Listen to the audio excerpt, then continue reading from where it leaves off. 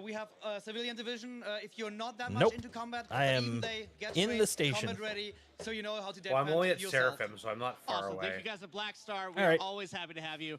we're going to move right along to one more final community booth. This is our last one. Hopefully, of you'll get the show. same one, We and then have here, we'll just magically guys, land. CitizenCon is sometimes Yeah, a we're gonna crazy find out in a show with second. lots of cuts, lots of cameras, and no one knows that better than HubNet. HubNet is an awesome news roleplay group, but I think you guys can say it better. Tell us all about HubNet. All right, so HubNet is our attempt at making content for the citizens in the verse in 2954. So not for you players, but for the players' characters. So we make as for the a full feature-length the movie like CSVs. Overclock. We make animated series like Jack of Spades, and our Let's news see. report, Hubwire. So chairman-wise, It's meant to report on events that I've are got the going on SM, in the verse. And which I Joel could can get, tell you a little bit more about the I could get what we the do. granite pack. So if that's you're looking basically to the create big a thing project for or the, get involved in a for the, project, you can join our Discord, sign Chairman's up as a Club. role. Otherwise, you can it's be a just voice the regular actor, a one. filmmaker, All war whatever your bond. talent is, we can use you. Does We're it effectively include Netflix in the verse. lifetime so come insurance. check Okay, us so out at HubNet. it's a Awesome. $40 Thank you guys LD, at LTI HubNet. token. Worst comes to Guys, worst. This is it for me and Sam here at CitizenCon. It has been great being your guys' interstitial hosts. And Sam, do you have any final words? Yep. No, just amazing job, guys. Everything in this community booth, all of the developers that have worked so hard to make CitizenCon happen. really wanna put You guys this are back on, amazing. but So hope you have an let's amazing just, rest of your CitizenCon. From Stick Dan with and my Sam white- here on the show my white floor, suit here. thank you guys. And it's back to you, Jared, on the stage. Goodbye. Goodbye. Okay. It's time. I'm not sure what everybody. happened with me, and It's time. And before I'm wondering if we it's get similar this to what started, happened to me on that ramp. We're doing a lot of Heard things Jared's here. I back want to on do the some stage. personal thanks to myself. Okay?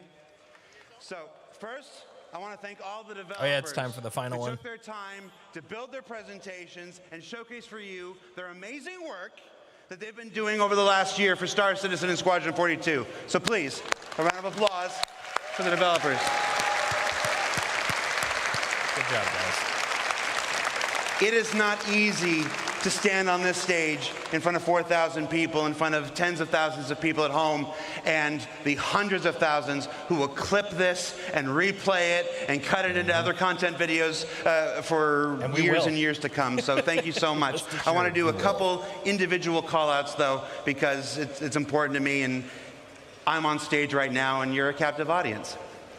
I want to call out Nick Pierce. Nick Pierce from the Characters and Creatures presentation. 10 days ago, we lost our main presenter. He didn't die or anything, he just couldn't make the trip. Nick stepped in with only 10 days to prepare that amazing armor specialization presentation that you saw. So Nick, you're a champion. Thank you so much stepping at the last minute. Good job. Good job. Benoit and Ian. Benoit and Ian took the reins and delivered multiple presentations this year. You may only see them talking in this presentation or this presentation. You're going to see Ian in this one here, like this. But their work behind the scenes, getting all of these presentations up to the standard that they're required, was amazing this year. So Benoit and Ian, you don't have to clap for this one. This is just for me. Thank you so much, Benoit and Ian. All right, you can clap. That's fine. We allow it. You may. You might have noticed we went on ISC hiatus a couple weeks ago. We went on a hiatus a little earlier than normal because we took the ISC gameplay capture team and we dedicated them to the work of CitizenCon for the last almost 6 weeks. Every year at CitizenCon, the devs spend their time creating their footage for you, their showcases for you, and many of them still did. But the amount of work it takes them away from the work of actually creating the game.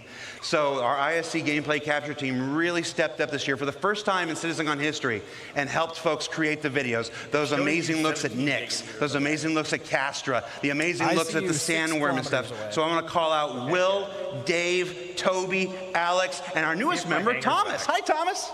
Thank you so much, guys. I'm not going to spawn one. They had never participated in a CitizenCon before, and I think they were a little surprised at first at the sheer amount of work that goes into doing this. But they stepped up and delivered some amazing stuff. The last of which you're going to see some in this next presentation. And then our last two groups of people I want to present. I want to share. Are they back there? Wave if you're back It there. spawned me a small one. You guys ready? I can't see anything. All right. I hope. No worries. I'm vamping a little bit until Rich Tyra gets into place. I could hide it from you, but I'm not. So the last groups of people I want to thank. Well, let me tell you a story real quick. When I'm back there, I get to wear and my folks are coming up Star to me Citizen and they're outfit for thanking most me of for Star this Citizen, and so that's thanking me pretty for, good. for doing ISC, CitizenCon for doing outfit for most of SCL, CitizenCon. for putting this together on the stage today. I'm struck by two things every time I'm thanked. One is that I can't do any of this without you. There is no game project in the world that does a weekly behind-the-scenes docuseries each and every week, and then turns around and does a live talk show the next day after it. And that's only made possible because you guys keep tuning in, you guys keep watching, you guys keep supporting, you guys keep making relatively positive comments about me. Yeah, I don't think I'm ever going to shave my face again. I think that C2 is. Sorry, I just wanted to see what I look like. You know, I'm like, oh, that's what you look like. All right, I agree with the people. Let's bring it back. And then last but not least, sounds good. There is one person. Sounds good. Who makes it possible for me to do everything that I've done here. I've been here for 10 years. I've produced 7 CitizenCons. I've produced 3 Gamescoms, a PAX or 2, and a couple digital stuff, and of course ISC and SCL every single week. And really, after your support, the only reason I get to do this week in and week out and have these big moments like this is because of the same guy who makes it possible for all of us to do our jobs. So I'd like to thank, where's the camera? There you go. I'd like to thank Chris Roberts. Chris, thank you. Thank you for not thinking Sandy was crazy when she hired me. Thank you for saying yes to so many things I want to do. And for not saying no or getting angry when I don't ask. So thank you so much. I do operate a lot on a let's just do it and see if I get in trouble afterwards thing. So is that Chris there? Are you ready? All right. So with that, yes, he's angry now. All right. So without further ado, let's get to our final presentation of the night. The Star is My Destination. Introduced to you by the one and only Chris Roberts.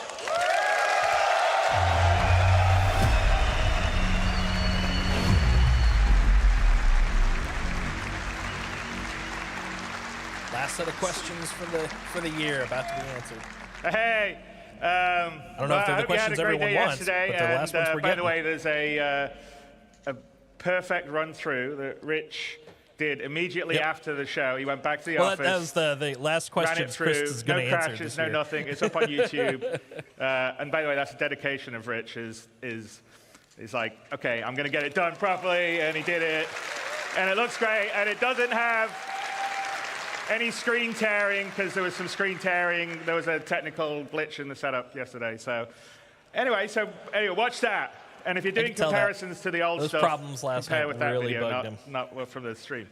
But anyway, I hope you guys liked this morning. There was the base building and the crafting and the ships, you'll be able to do it. I mean, for me, the ability to sort of create your own place somewhere in the verse, find the perfect spot for you to make your home or harvest resources, it totally changes the dynamic of what the game will be in terms of exploration and people spreading out, and I think putting roots down in the verse. So I can't wait till we get that in there. I mean, that's one of the things that makes me incredibly excited, because I think it will just add so much to a living, breathing universe.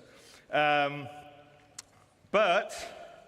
that is a perfect example of Star Citizen, how it's grown over the last 12 years, because we definitely did not have that on the initial Kickstarter or the pitches that we were doing.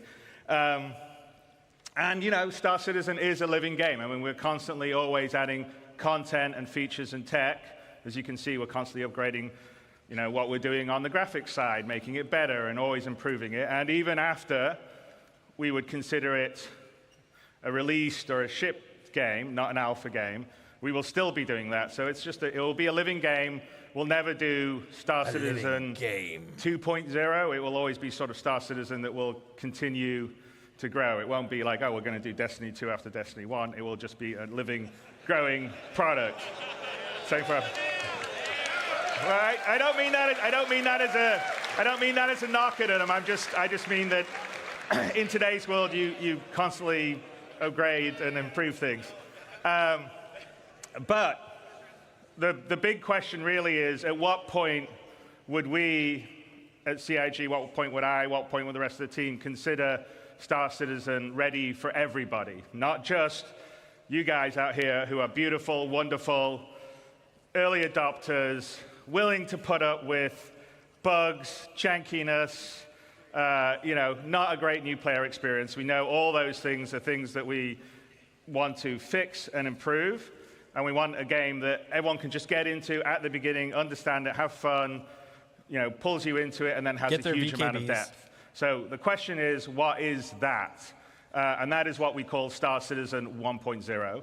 It's something that we've been talking and looking and designing and thinking a lot about over the past X number of years. And now we thought, you know what we should do, because I think half our sort of initial stuff is from a long time ago that you've seen, and then occasionally we'll talk about things we're doing in, inside Star Citizens or SE Lives. But we're like, okay, let's tell everyone the marker. This is what it is, Star Citizen 1.0. When we hit this, this is what we consider we're ready to go wide. Everybody in the world can get in, play it, whether you're hardcore or casual, have fun, play in the verse, interact, have a great time. And so that is what we're going to tell you today, is what we consider Star Citizen 1.0. That doesn't mean, as I said, what I was hoping, that we'll stop at that point. We'll continue to grow and build and add things. So fishing is not on Star Citizen 1.0's list. But I'm pretty sure... No fishing? Fuck it. I know, but I'm pretty sure it will be not that long after 1.0. But that is the example. We're going to tell you what the marker is. And, to do that, Rich Tyra, who's our senior game director, is going to come out with a few of our other directors, and we'll lead you through what 1.0 will be. So without further ado, Rich Tyra. Yeah, I guess I'll keep my... All right, Rich. Don't crash. Yeah. Hello, CitizenCon.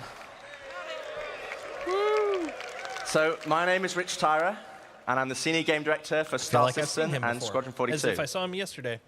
Now, I've been at Cloud Imperium for many years, and I've read many, many Spectrum and Reddit posts. And one consistent question I always see is, what type of game is Star Citizen? And I've read many, many answers. It's a PvE game. It's a PvP game.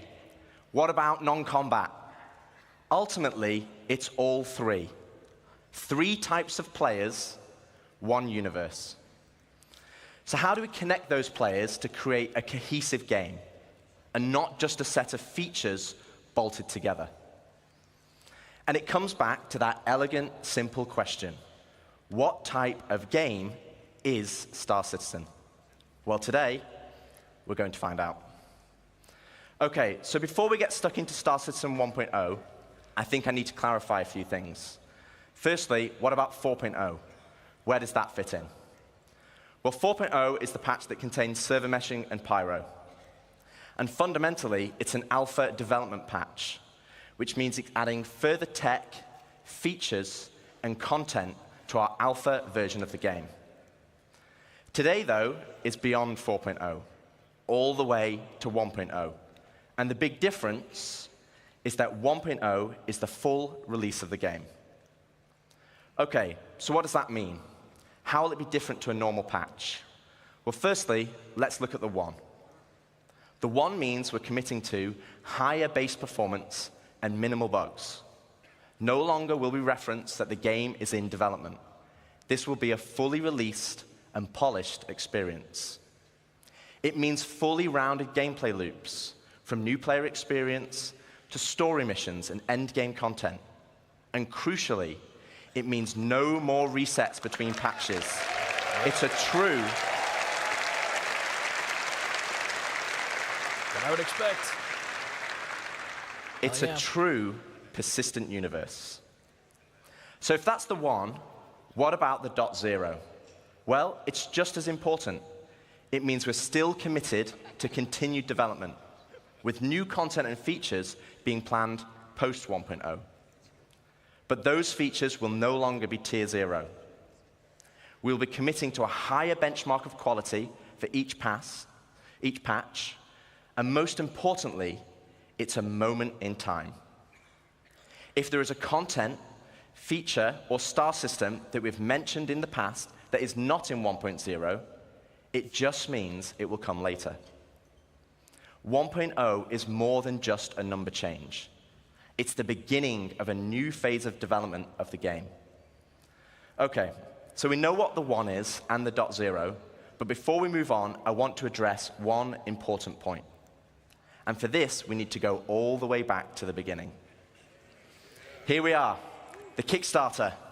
As a backer myself, it brings back memories. And it also reminds me we had a lot of stretch goals. And one of those goals was 100 star systems. That popped into my head. But, and there is a but, the star systems of old are not the star systems of today. They were based on the privateer and freelancer model. They were unexplorable planets with an isolated and small landing zone and had automated landings. And we all know how that went. To give you an idea, Stanton had 4 points of interest, and the entire 100 systems only had 90 POIs. Compare that to Stanton today, and we have 1,626 points of interest, and that is going to be dwarfed once we start using the Starchitect tool you saw yesterday.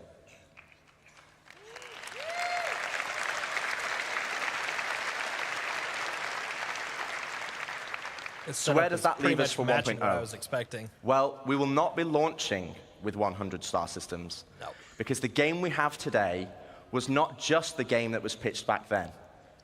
It's more rich, it's more diverse, and fundamentally, you'll be getting a whole lot more, and I mean a lot more. Okay, so now I've defined what 1.0 is, let's get into the cool stuff. Star Citizen, by its very nature, is a sandbox MMO. Today, you as a player have to find the fun. You have to figure out what you can do and how to do it. If you want to be a hauler or salvager, you have to know those professions exist. You have to know what ships support that gameplay. And you have to rely on outside resources for help. As it is now, the game is not set up to help you. No. So we're going to add a soft framework, a nervous system, that connects all the professions, ships, and content together. And to do this, we're going to add a main story. Yep. I've been talking about this for months. There's going to be a narrative thread. I kept telling him, and Mongoose was like, nope, they'll never do that. I'm like, to help no, new and it's existing coming. players, Just wait. to help discover all the exciting features and content we have, to take them on a journey of discovery of what the game has to offer. I expect it to be basically like an MMO thread. This story will become like the spine of the universe the story and a help chunk, but onboard ultimately players it's gonna be your with adventure. understanding how to play the game and understand what's available to them. This story will also introduce each of our guilds and what professions we have to offer. Like the United Resource Workers, our core industrial guild, which supports 2 of our main professions, mining and salvaging. They also support many other features and professions, like repair technician, crafter, and builder. Guilds are hugely important in Star Citizen, and as you know by now, guilds are comprised of many factions. As you work for each of these factions, you will gain guild reputation. You can then use this reputation as a currency to purchase guild-affiliated rewards, like ships, blueprints, and items. And each guild will have a unique inventory of what they offer. Alongside economic growth, guild reputation will become a core progression of the game. Yep, they talked about that And yesterday. to talk more about guilds and our main story, I'd like to introduce David Haddock onto the stage, our very own narrative director.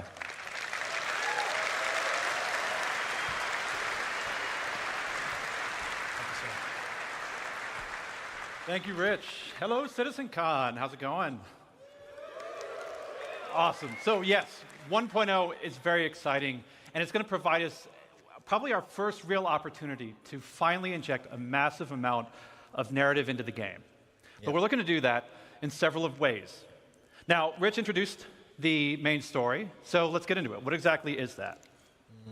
First, it's a narrative experience. This will be a crafted story through the star systems and professions of the Star Citizen universe, taking players on an exciting adventure that will finally kick off the growing tension between Earth and Terra. Nice. Yeah. It will be NPC-driven. So while Squadron 42 will always be the place to go for AAA cinematic adventure, we're bringing a lot of the techniques that we learned from that to capture and build a cast of dynamic characters, some of which may be familiar, for both this story and the PU. And the main story is also designed to be sort of like a tour bus structure where you can hop on and hop off at any time you want to. So we're not also requiring you to do it. So if you want to log in day one and just go off and do your thing, you can do that. Or maybe you want to put the story on hold so you can go explore a new facet of gameplay that you just discovered. Go for it. The point is that you can complete it at your own pace. So that's the what. So why do you want to do this? What's the motivation to want to go on this ride? Like Rich said, for new players, it's a great way to ease into sort of the vast lore that we've been developing over 12 years. The gameplay, the locations that the game has to offer, and also give you a sense of upcoming stories that are about to come.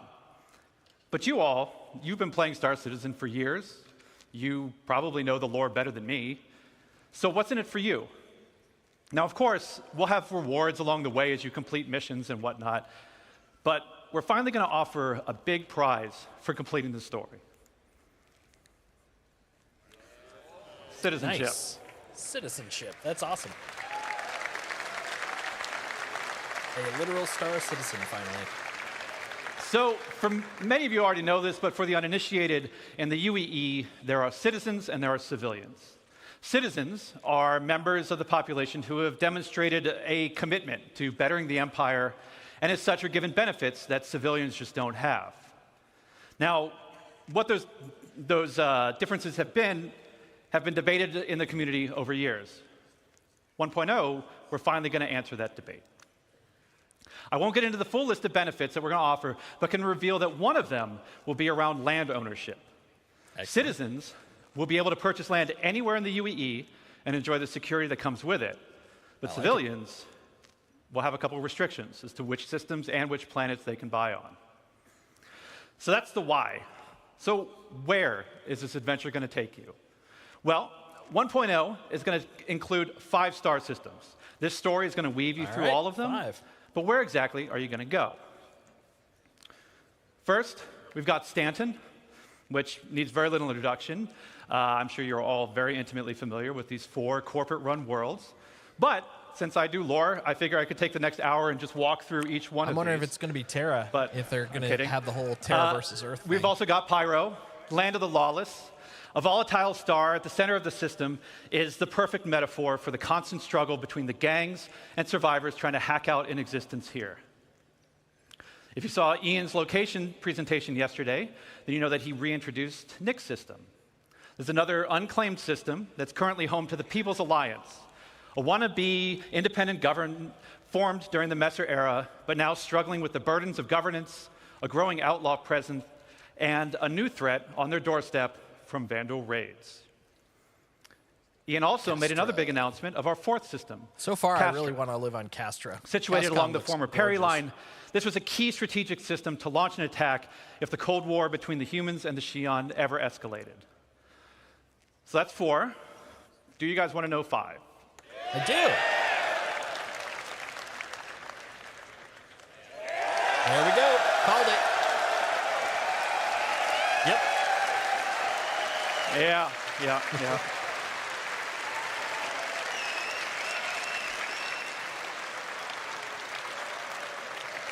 We're finally doing it. Considered by many to be the new jewel of the Empire, Terra has been a shining star against the more imperialistic tendencies of Earth, even in the darkest days of the Messer regime.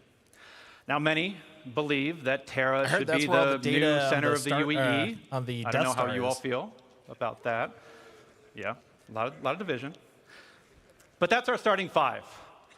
Each system and each planet will be featuring the massive level of outposts, POIs, stations, biomes, and exploration options that we've been perfecting with Stanton and Pyro, and you've been seeing in some of the other presentations this weekend.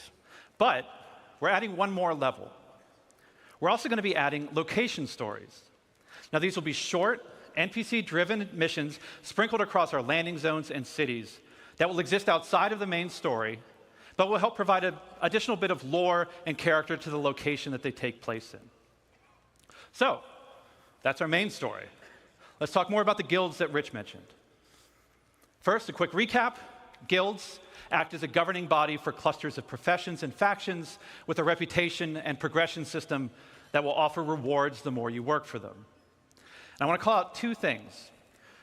One, I'm not going to have time to dive into all of the missions that you're going to see on this board, but just know that every mission type is either in the 1.0 roadmap or already in production. And second, we're also looking to move missions away from the Moby Glass whenever possible. Sure, it will always be an easy way for us to get additional game content in, but we want you talking with people. So to aid that, we're going to be adding characters to represent the factions that you'll be working for that will help sell their personality. Now, some, they'll still interact with you via the written word, but some will call and check in on your performance. And others, you may have to meet in person from time to time. So, let's walk through them. Here we have the first guild that Rich showed, the United Resource Workers. Spawned out of the thing. Whether you're eager to earn credits, mining valuable resources from remote corners of the universe, sifting through detritus to try and salvage some valuable components, or even just acting as a technician, you'll find plenty to do with employers like Shubin Interstellar, United Wayfarers Club, and more. Next, you have one of the oldest unions in the UEE, the Interstellar Transport Guild. This will be the go-to place for everybody looking to make their fortune hauling and trading. Some of the factions that many of you already work for now, such as Ling Family Hauling, Redwind, and FTL. Spawn this stuff. And we're going to be adding something special for the daredevils out there. The Imperial Sports Federation. Huh. Sports.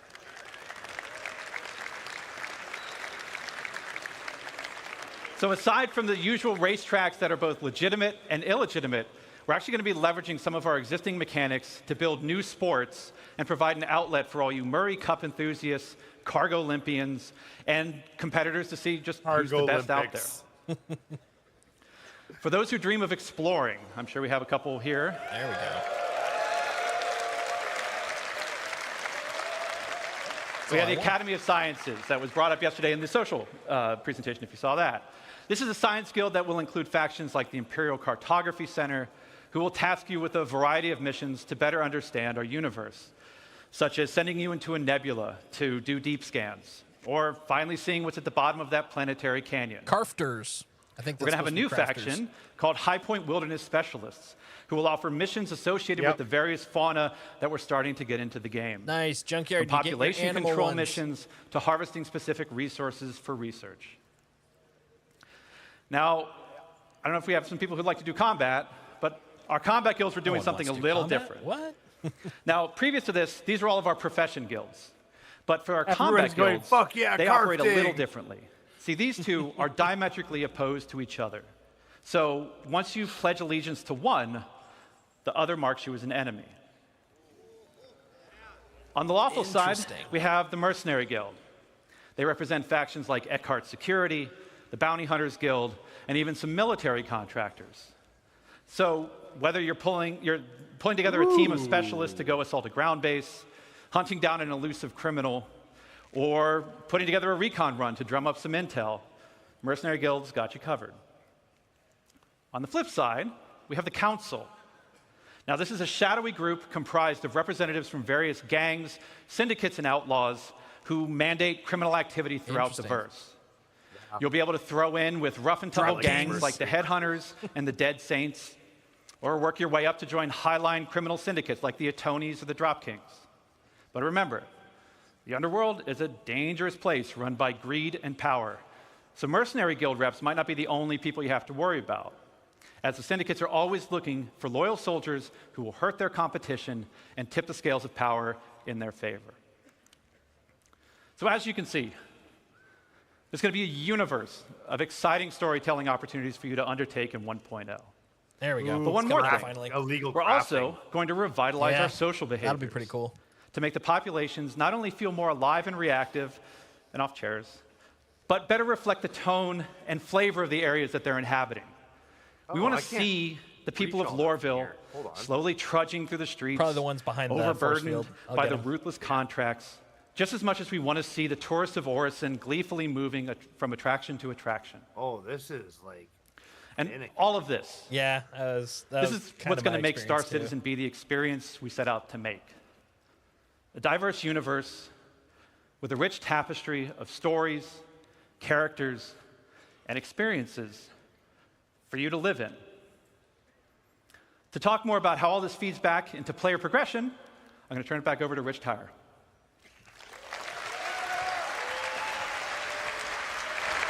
Thanks, Dave. Smashed it.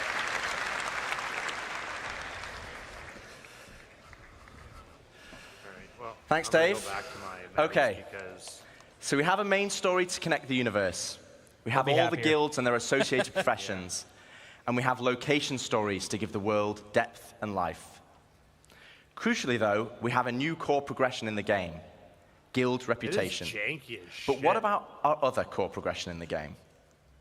The economy. So, as we've discussed before, we'll be implementing a Star Sim-powered dynamic economy that will automatically adjust the in-game prices based on player activity. There we go. Got my quantum reference. Called it. But for credits to actually matter, though, we need to have an economy where credits flow out as well as in. This means transactions such as repairing, refueling, and restocking need to have value. If everything is too cheap and the money coming into the economy is too great, we'll have massive inflation. And this is where taxes and insurance come in. Boo! Yep. Can't just go and kill yourself a billion times. We'll have two main taxes: inheritance tax as part of Death of a Spaceman, and security tax for your base that will cover the cost of planetary shield tech. Insurance, on the other hand, will be split between medical insurance, which covers your hospital imprints, and probably the most important one of all, ship insurance. Yep. Now, as we have Death of a Spaceman, we also need Death of a Spaceship. Losing your ship should be significant. Right now, for example, over 90% of all claims in the verse are for ships that have not been destroyed. True. It's just convenient to move it. And this is where ship insurance and our new warranty mechanic comes in.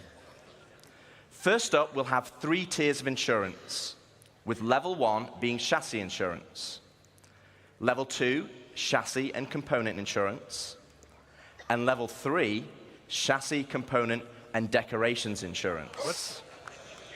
This would be so much better on the joystick if I could just use the figure out how it works. If you're looking for the wheel, Now, or to insurance move the by itself thing, will it's, only usually pay on the out left- credits based left on the stick. wear and age It's of the your wheel ship. at the base. Insurance, I think you want to listen to this bit because it's important. Insurance with a warranty, though, will give you back a new ship, plus any other equipment or decorations based on the tier of insurance you had. Okay, so this is the bit you need to listen to.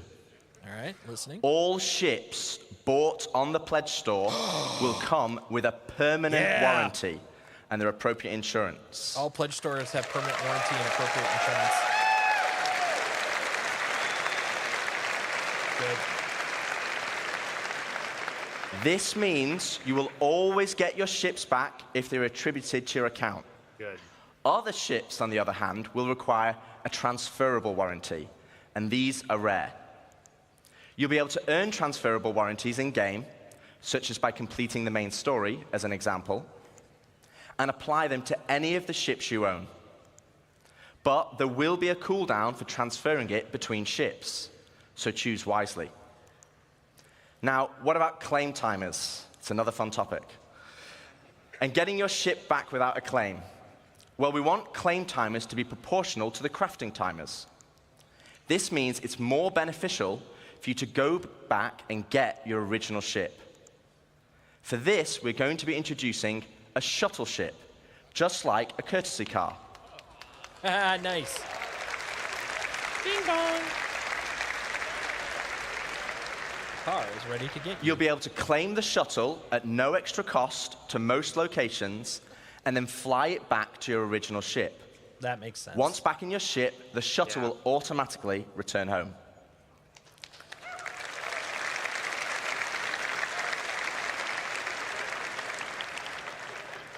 If your ship has been legitimately lost, though, then you'll need to claim it back. And as we'll be increasing claim timers, this will mean some ships will take longer than others, with starter or small ships always being readily available, and larger capital-sized ships taking a long time. So it's always better to try and get your ship back if possible. Okay, so we've talked about our 2 core progressions, but what does that mean to you as a player? Well, firstly, it means we have a framework where we can start creating cyclical gameplay loops. But what are they? Let me show you. Okay, so right now in live, if you have a prospector, you probably enjoy mining. And the reward for mining is credits and the enjoyment of the activity. But in 1.0, you might be mining for a whole different reason. And this is where cyclical gameplay loops come in. Firstly, let's add all the manufacturers and ships in. I'll just give you a moment to take that in, because there's a lot. Yeah. I actually had to ask them to take the variants out, because it didn't fit on this slide. And let's zoom all the way into the prospector, a stalwart of the mining community. But let's say I really fancy acquiring a military Mark II Hornet. Let's go on a simplified journey of how I could get one. Firstly, I know I won't be able to buy it, as it's a military ship, so I'm going to need to craft it. That means I will need the fabrication hangar blueprint. Luckily, I can earn it by doing mining missions to gain rep with the United Resource Workers, and I already have the perfect ship, my trusty prospector. With blueprint in hand and some excess credits, I can now purchase a small plot of land on Stanton and build my fabrication hangar. Step 1, complete. Now I need to grab the Mark II Hornet blueprint. For this, I need mercenary rep, and more importantly, a combat ship. With that in mind, I will do a few more mining contracts to earn enough credits to purchase a Mustang from the dealership. Now I can start doing combat pilot missions for the Mercenary Guild, so I can unlock the Mark II Hornet blueprint. Okay, step 2 of our simplified loop is complete. I have the Mark II blueprint, but I need the resources to craft it. So I come full circle back to my prospector, but this time I'm mining for resources instead. As you can see, this closes the loop. No longer am I mining just because I like it, and there's nothing wrong with that. But now I am mining for a purpose and for multiple reasons. For credits, for reputation, for resources, for the love of for the game. Blueprints, and ultimately as a stepping stone to crafting my own ships to enjoy other professions. And this is just one of many loops. All right. This is the core of Star Citizen 1.0. When we get to Tressler,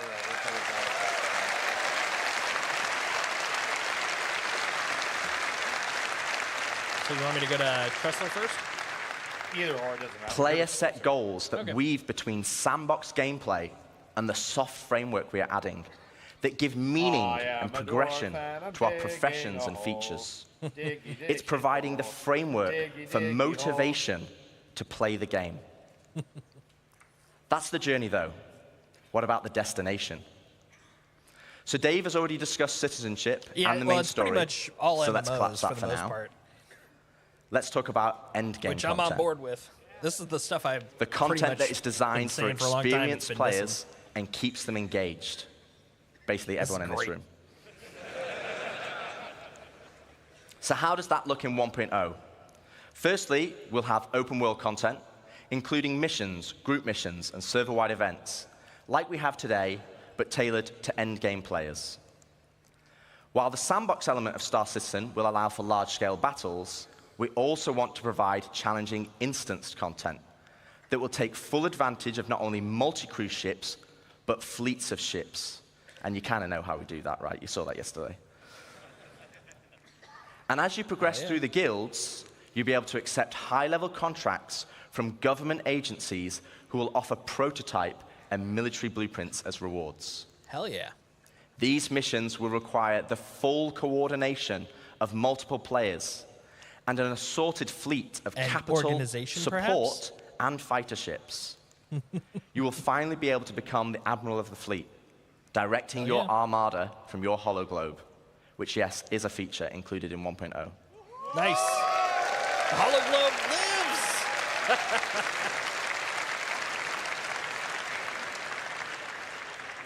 We will also be offering more specialized on-foot missions that see you enter the depths of distribution centers and municipal works in small, tight-knit squads that provide an outlet for our more FPS-focused players. It's gonna be great. On top of all this, we'll sit My a boogie is dynamic ready. layer powered by StarSim. While StarSim will be the driving force in our dynamic economy, it will also track player and AI activity and dynamically spawn Right. events based on their I'll actions. begin. Starting now. For example, if it tracks large amounts of resources being moved from one home location to another, it will have a chance to spawn pirates to intercept. All this combined will provide just a portion of the endgame experience. And I'd love to delve deeper, but that's for another day, as we still have a lot to show. So we've discussed non-combat professions and guilds, cyclical gameplay loops, and endgame PvE content.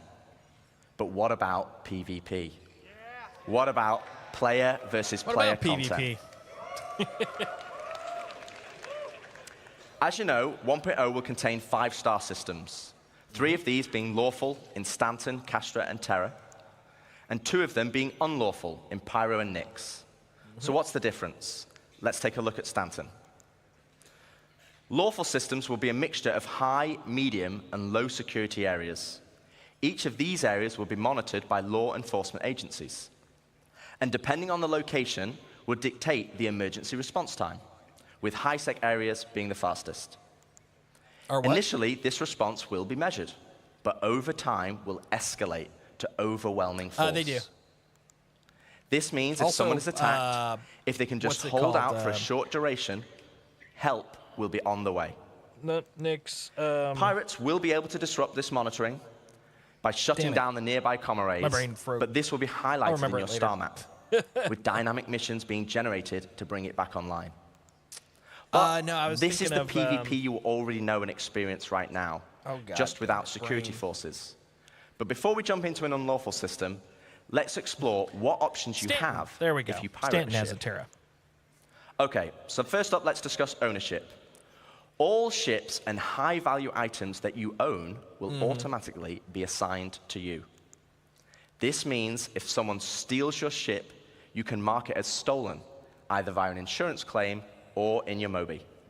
Interesting. This will then trigger a dead man switch on the stolen ship, meaning it will cease to function after a period of time. But what options does this leave as a pirate? Well, you can still salvage it. You can tow it back to your fabrication hangar to dismantle it for resources. Or, if you have a high enough rep with the council, our criminal guild, you can get the dead man switch disabled and pay That's for a new crazy. title deed to become its new owner.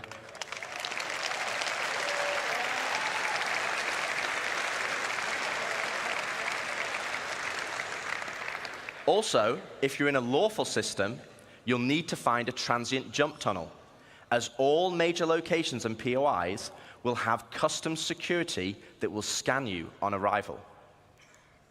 Okay, so with that out of the way, let's look at the unlawful system in Pyro.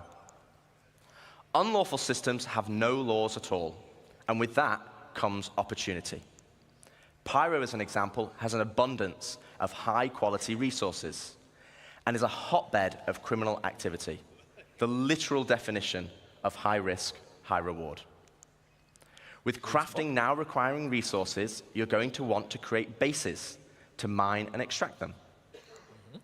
This is where base raiding will become a new form of PvP, and it's founded on a combined arms ethos. I'm trying to remember. Pyro Run is definitely... Defending players will be able to add defenses such as walls, automated turrets, and most importantly, ground shields. I think it was mining. A localized version of the planetary shields used in lawful systems that absorb the most powerful of weaponry.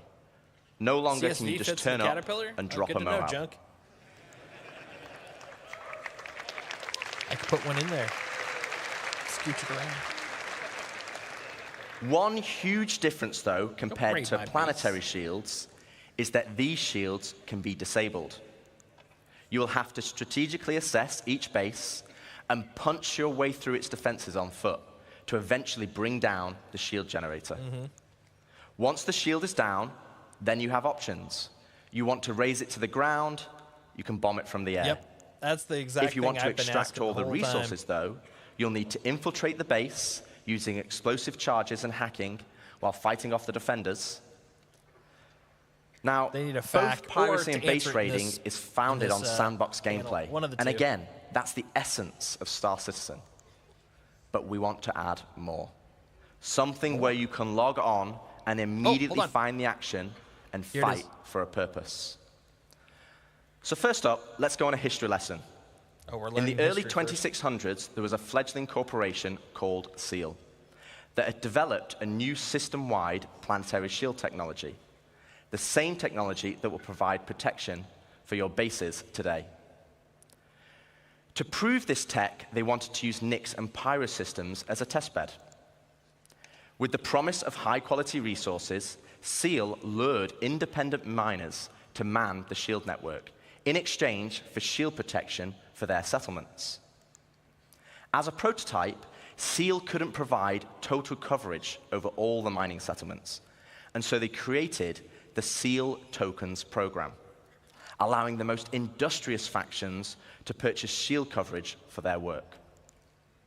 The network consisted of multiple linked bases on the ground that then linked to several stations in orbit around each planet that then connected to the nearest relay in the shield network, which eventually linked back to the shield core, which oversaw system-wide distribution of the shield technology.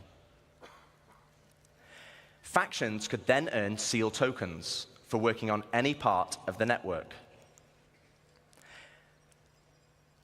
They could then use these tokens to buy shield coverage. But with the competition amongst factions being so intense, SEAL was only able to offer shielding to the hardest workers.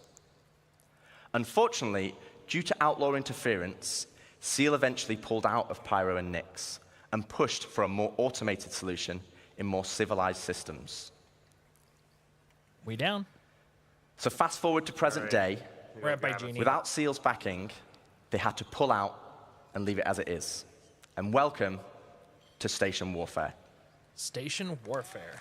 Interesting.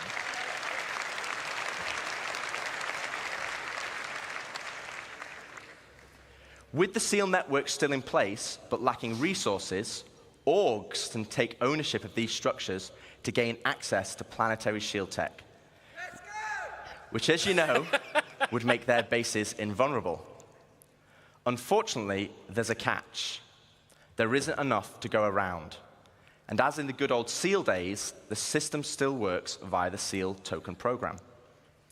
To earn tokens, you'll have to assault a location and then deposit resources to power the network.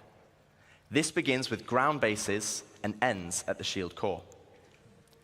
Each structure occupied will then accrue SEAL tokens over time, with larger structures earning more, And at the end of each week, you must then use these tokens to purchase shield protection. With shield coverage being limited, though, the system automatically selects the orgs with the highest bid from across all shards. Oh, wow. Meaning for that week only, a certain number of orgs will gain access to shield protection. Not have to be So this is a bodyguarding their own chance shit. for your org to become the de facto leader of a system. It means you'll be able to log on and immediately find the action and fight for your org. And finally, it's not just sandbox PvP or ganking. You are fighting for a purpose. So once you've won your bid, what then? Well, to talk more about that, I'd like to welcome Ian Leyland, Star Citizen's creative director, to the stage.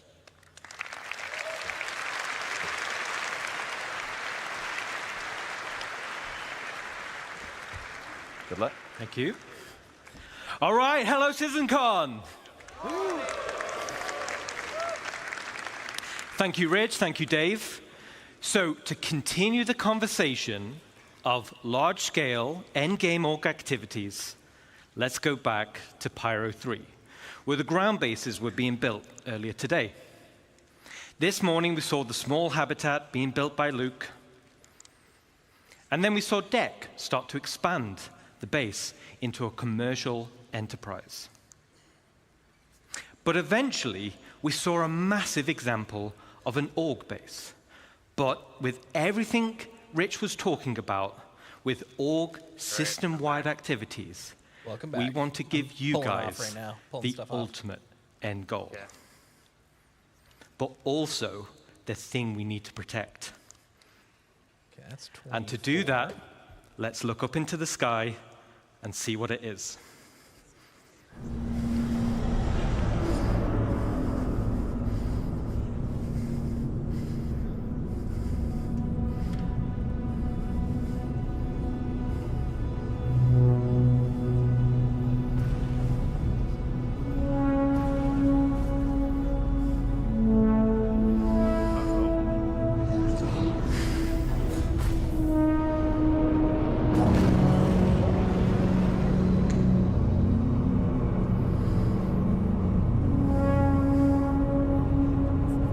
Well, nothing's clipped into the ground for me over here.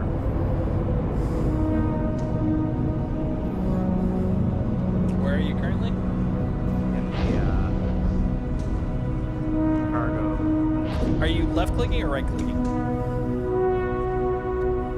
All right, I found the problem. I only knew it because I've done it so many times.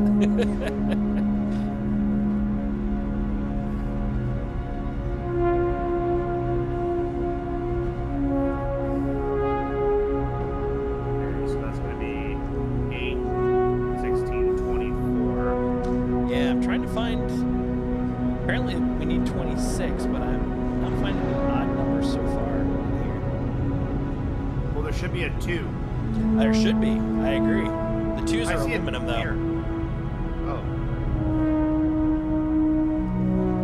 Let me go check No, the other. no, we're doing 24 tungsten and 22 aluminum. For Baijini? For both of them. Wait, I see 26 tungsten for Baijini. we're supposed to be at Everest and Port Tressler.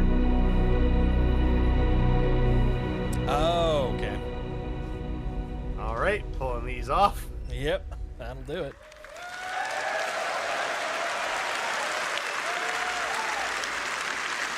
That was the old one that I said to delete. Ah, okay. Let me introduce Because you they to destroyed my player ship, right? space stations. That had all our cargo on it. Finally, you can Gotcha. build your home amongst the stars.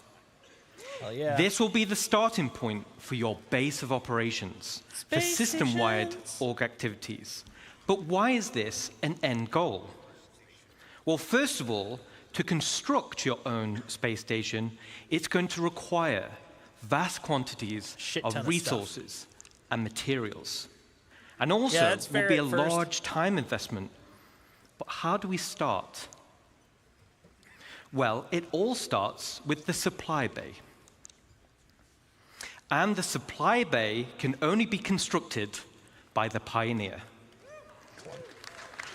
There we go. Another bonus for the Pioneer.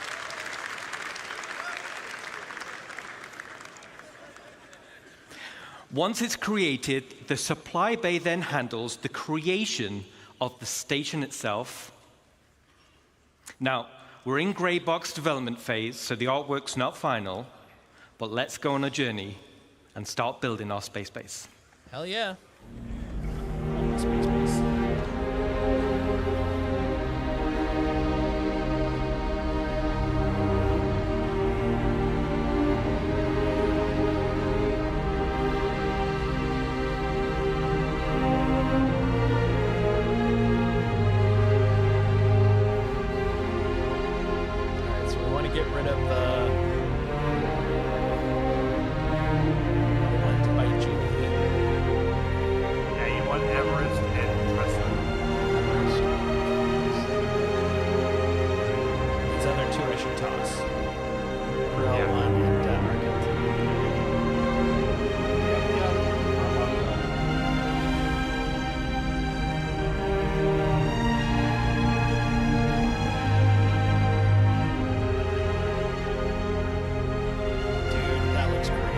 Check out the Hull C. Yeah. I want to dock my Hull C on my space station.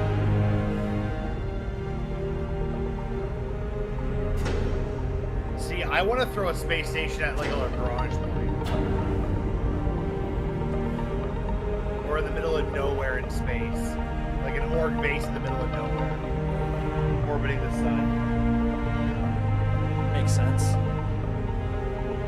Hide it in the obscurity of like Nyx or something. Yeah. Yeah, look at that. Oh, and there's another example of the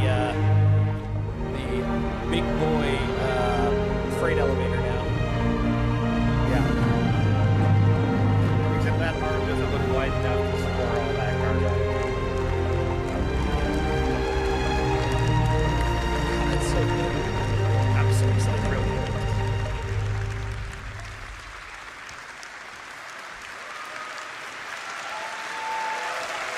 Worthy of the woos. Awesome.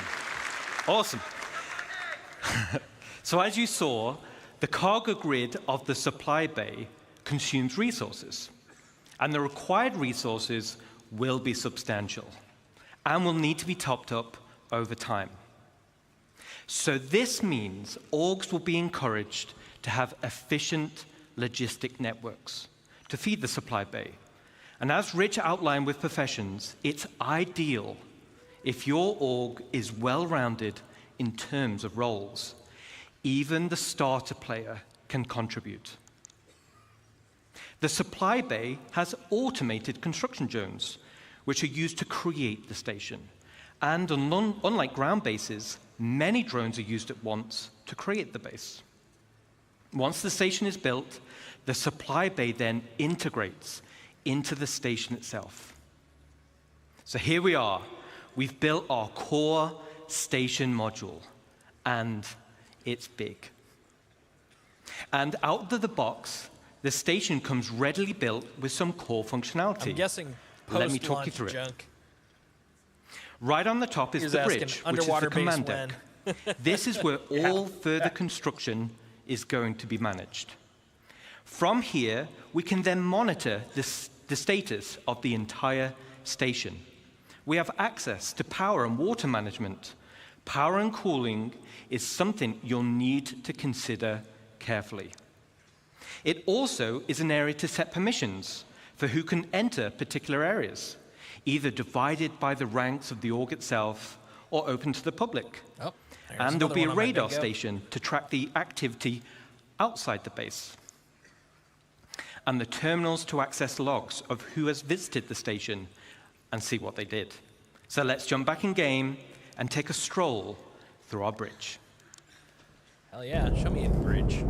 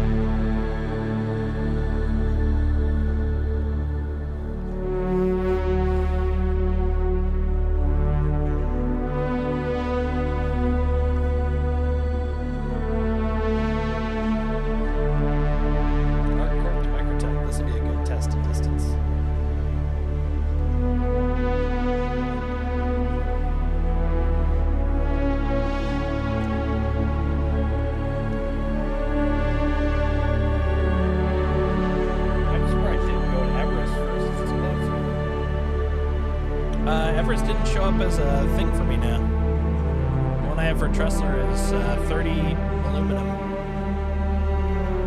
What? Hold on, let me read. I have no idea what's going on right now. I don't either.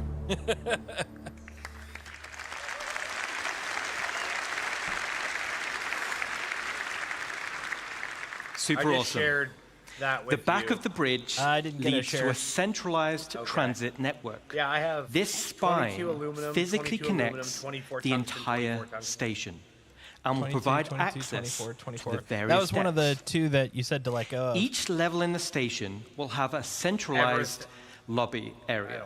And this is your station. You'll be able to use the decorator mode, so you'll have this is plenty how of we figure this space to What's theme your it payout? however you want.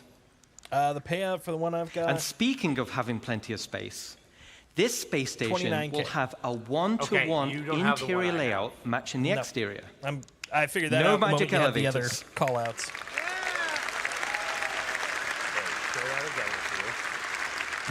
I don't think I can get it because it was canceled. You So told you me can to cancel them. circumnavigate around the entire Well, no, perimeter, I still have it, and it's though. wonderful. It shouldn't be canceled. Okay, It's let's jump canceled back for me in. though because I canceled mine, so I can't take it again. I don't even know what we have in cargo downstairs. Tungsten and aluminum. Which is what mine is for dropping Yeah. off. The other, the two I had tungsten and aluminum. Weird. Very much so. At least I'll get the aluminum one.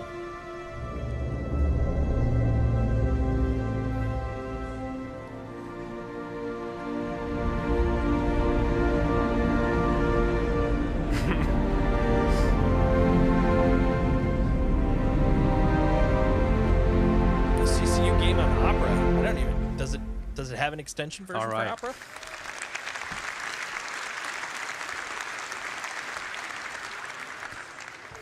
As you can see, right at the bottom of the central transit system leads to the lower areas.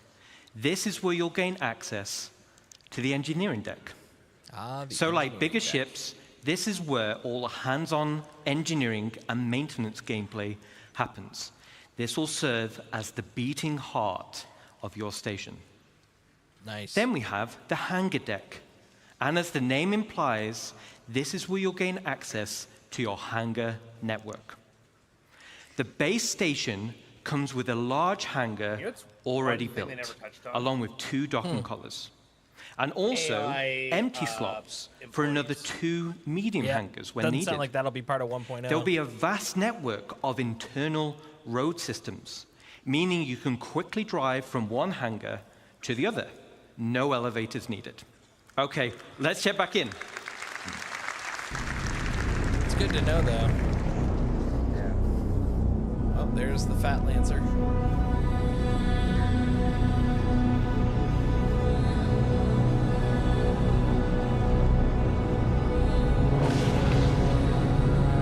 I see a Polaris. Indeed.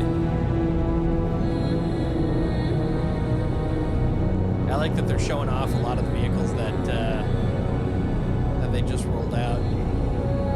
Yeah, you can see the CSV in the back there.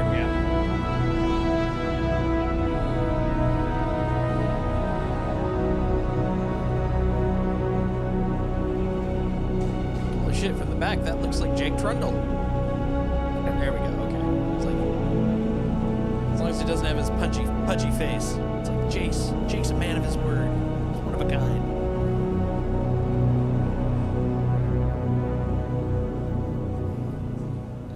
Holmes Station. Damn, that's cool. All right, so your station hangar will offer some enhanced logistics. For example, there'll be spaces for several freight elevators. And there'll be empty modules for open ship parking for vehicles and ships, vehicles and ground vehicles. And there'll be also exit points where you can simply drive out into your station. Then there'll be also an upper level for the observation deck. From the observation deck, you'll have a control room, and from here, you'll have master control over the freight elevators and the vehicle elevators. This means that even before someone has landed, their new cargo can be up into the hangar and ready to be loaded up. Nice. Now, everything we've spoken about so far is what comes with your station. Let's talk about what you can do to expand it. Expand it, yeah. As I mentioned before, the station comes with a predetermined interior network of corridors and roads. And in this network, you'll find an array of bulkhead Look how big connectors. that is, man. That's crazy. Yeah, Bulkhead connectors will come in tiers 1 to 3, which drives the size of room you're able to build. In the interior build mode, this is where you start to expand the interior of your station. The rooms will require resource and time to construct, and once built, you can rename each room, which will be reflected in the station's minimap. That's cool. The interior of your station will have ample areas for you to expand. You can build generic empty rooms, and you can fill with items to your heart's content. You can also build specialist rooms, where the theme and functionality is already set for you, such as mess halls or infirmaries or generator rooms. And of course, there are shops. So similar to the small shops we built around the ground base, this is on a much bigger scale. But that's just the interior. Let's talk about the exterior. Oh, he's very excited.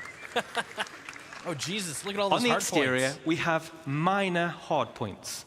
These are attachment points located on the upper and lower surfaces of the station. Using build mode, you can customize your station with a variety of modules, which tailor it to specific functionality. Some modules cater towards resource collection, such as gas harvesters, while others are geared towards defense, like shields or turrets. This goes back to bridge operations of power management. A situation may arise where power priority is needed. Then we have major hardpoints. The core station module comes with 2 hardpoint connectors. Major hardpoints are used to connect substantial wing additions to your station. The first example. Nice. Big honking cargo wing.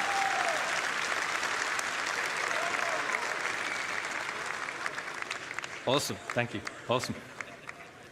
The first example is the cargo wing. The cargo wing will dramatically increase your inventory capacity. So this is ideal for orgs who are specializing in holding. Then we have the refinery wing.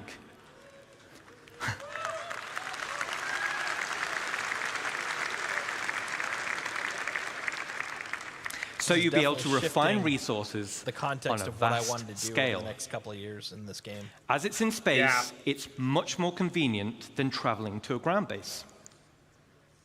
Now, a player could buy resources from your cargo wing and then refine it directly in the refinery wing. And finally, we have the hangar wing. So, all right.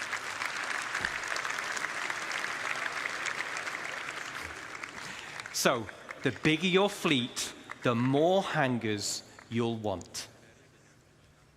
There'll be a variety of hangar sizes as well as docking collars to help organize your fleet's deployment. All major hardpoint wings are connected via struts, and like the rest of the station, the struts are also internally traversable. Nice. Okay, so let's recap on the exterior expansion wings. Minor hardpoints give us options on how to collect resources or provide automated defenses for your It's base. going to take you an hour to walk across that stage. Major hard points gives Definitely us need some options vehicles on just to how get you can around. specialize your base. Let's jump back in game and see how our base is getting on.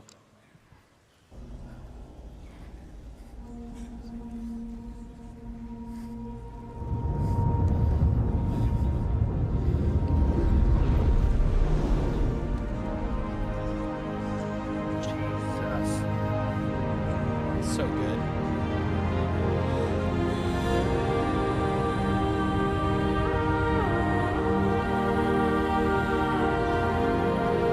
My body is ready to make those.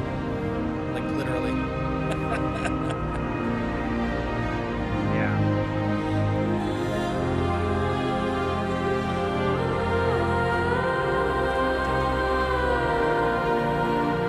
I think you have to go ship walk. You can't open any of your side doors. Yeah, I always forget about the fact that you need to be unlocked. Crazy. I always have to go upstairs and just flip them all. Well, here, you go and you open those, I'll go do the other part. Sounds good. Oh, no, you can open them, then you go over there, right? No, it doesn't give me an option. Oh.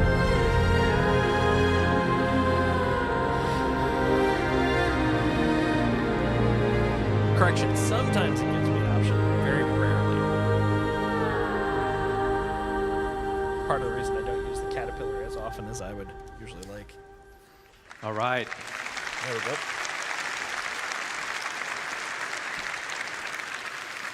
Yes, Pedro has been working with us on this as well, so thank you. Looking cool. Customization is just as important as expansion.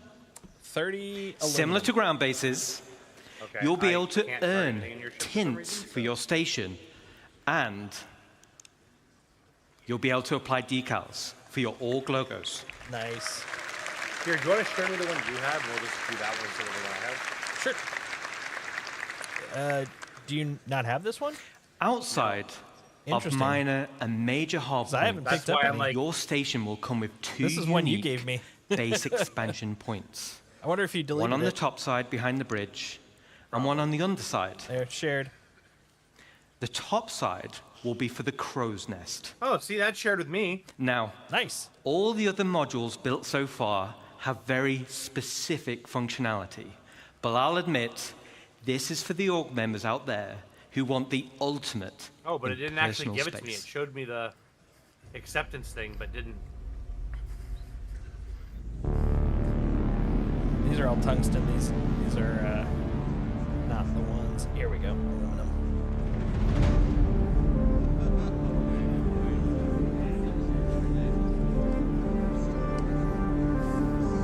I'm just not even worrying about these tasks right now.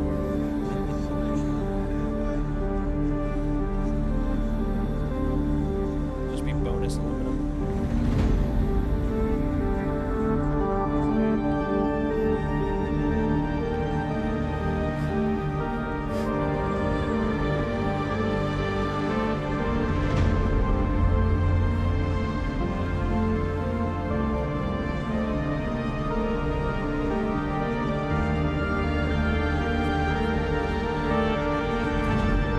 Man, I can't believe how toxic the chat is. Oh yeah, I shut it off first thing.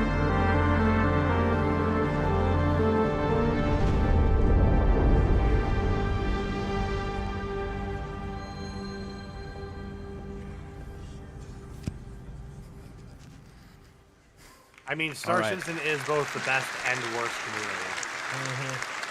Well, especially on YouTube. The YouTube. So I'm going to be flying around the chat verse, and I want typically personal is way invitations worse to than see what the, you've done in those rooms, okay? The Twitch Well, I chat. bet most are just trolls. Oh, exactly. Super That's- cool. That's kind of my thought. I can't too. wait to see what you do with it. Now let's talk about the underside. This is going to be for the flight deck, which also comes with an additional 3 major hardpoints. The flight deck is perfect for your rapid reaction forces. It's ideal for fighters, but big enough to fit most ships. It's the perfect home for your station's defensive air wing. And just like the hangars, there'll be an observation deck which can override freight elevators, making rearming quicker and easier during operations. So an org with a tight flight deck crew can be substantially more efficient than others. Now, this one's my favorite. Let's take a look.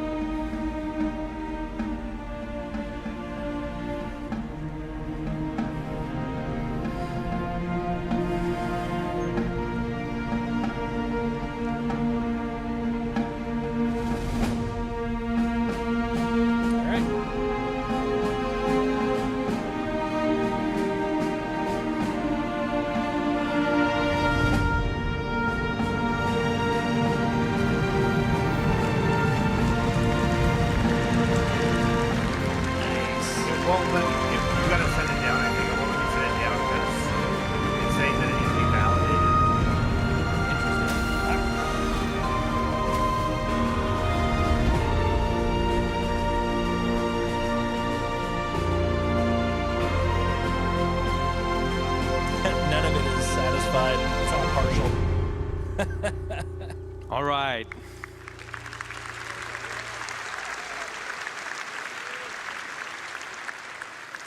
There's a few little Easter eggs in that video.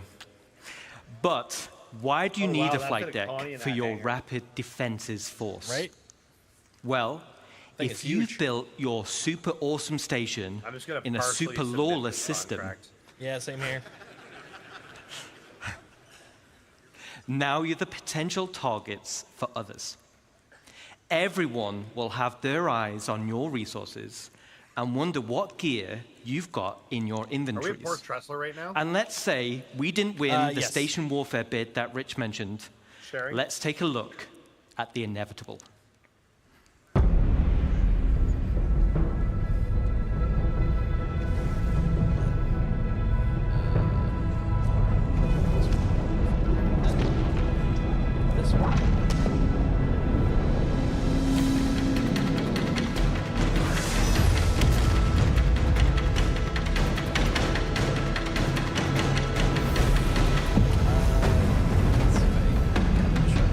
Share it one more time.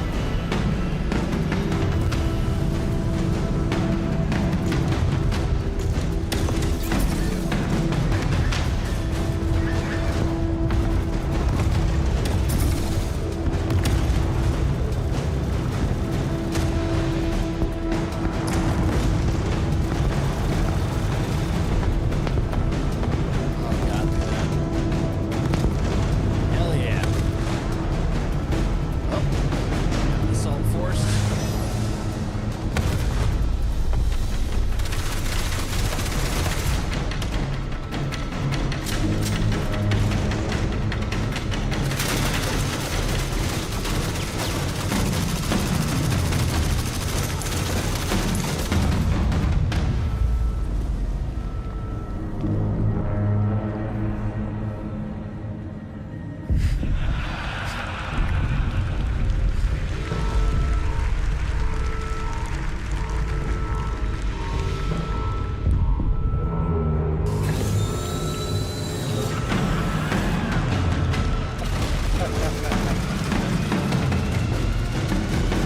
I want that. I want that in game.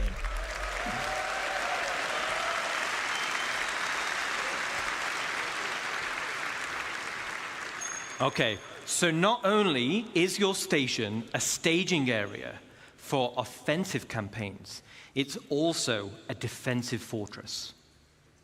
The exterior of the station itself can take quite a beating. It's going to be very hard to damage. So the goal of attackers instead will be to punch a hole through the defenses and get inside. The optimal way to do this will be to infiltrate through the flight deck or EVA hatches and work your way up. Once inside, yes, once inside and you've cleared out a hangar, you may also want to consider airlifting in a tank or two to clear some corridors. You never know when you need one. Raiders will have to hack freight elevators or bulkheads in order to gain access. And of course, bring enough ships with them to start hauling out the loot. Gaining control of the bridge will allow access to storage, which would otherwise be unhackable. So, as a defender, there are a variety of automated defenses you're able to install internally within the station, such as blast doors, which seal shut, systems to be breached, and a range of turrets like anti-vehicle or anti-personnel. These will all help slow down the attack and give time for your reinforcements to show up.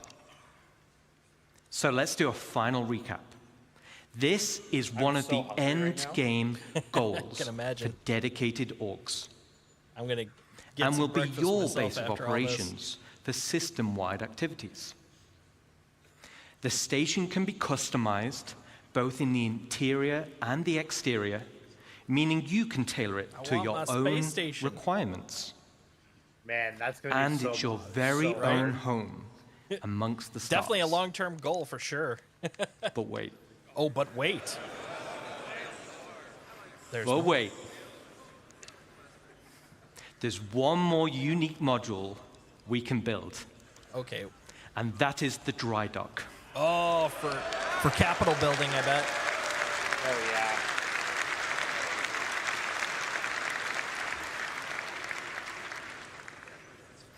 This unique slot will be at the back of the station. It has its very own dedicated observation room with crafting stations and has a transit tram which runs along the inside of the arms, leading to the docking collars where your ship will be constructed. Nice. So, the only question still remains, what sizes of ship can we build? Let's take a look. Presume capital. Show me making a bango. Show me making a javelin.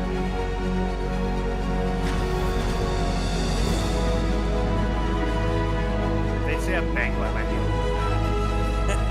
as much as I want to bang.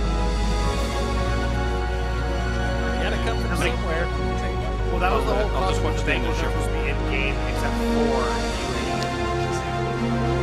UE. That's great. Yeah, you have to get that thing from the I want to see the reaction.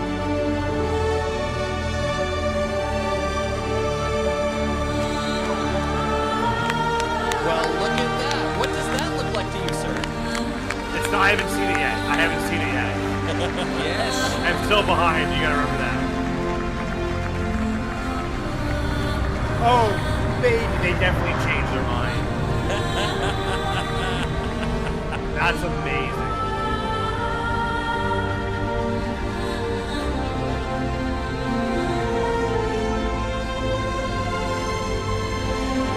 It doesn't even fit in the dry dock. Yep. I've never been told size doesn't matter. Don't worry about it.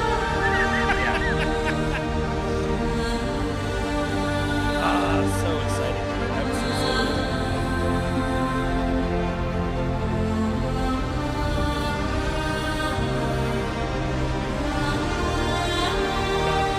Look at that thing. Look at that thing. It's as big as the station.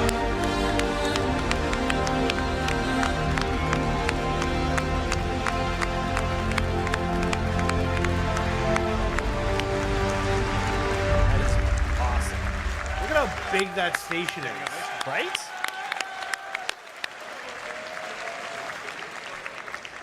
Thanks, Ian. So now we're talking. Multiple stations linking and dry docks to craft your very own capital ships. The ultimate end goal for any org. Okay, so let's take a step back.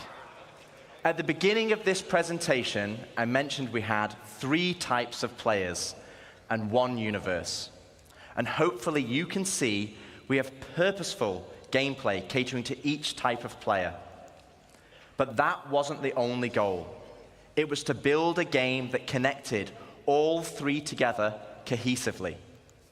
And this is where you come in. The community, the lifeblood of Star Citizen. Whether you're a PvE player delving for unique crafting blueprints, a non-combat player mining for high-quality resources, or building a base with your friends, or a PvP player fighting for your org in station warfare to protect your base, each one of you supports each other. You need the blueprints to craft, you need the resources to make them, and you need the equipment and protection to be safe. Well, it's not all done yet, This is what Star Citizen is. It's a universe that caters to all players.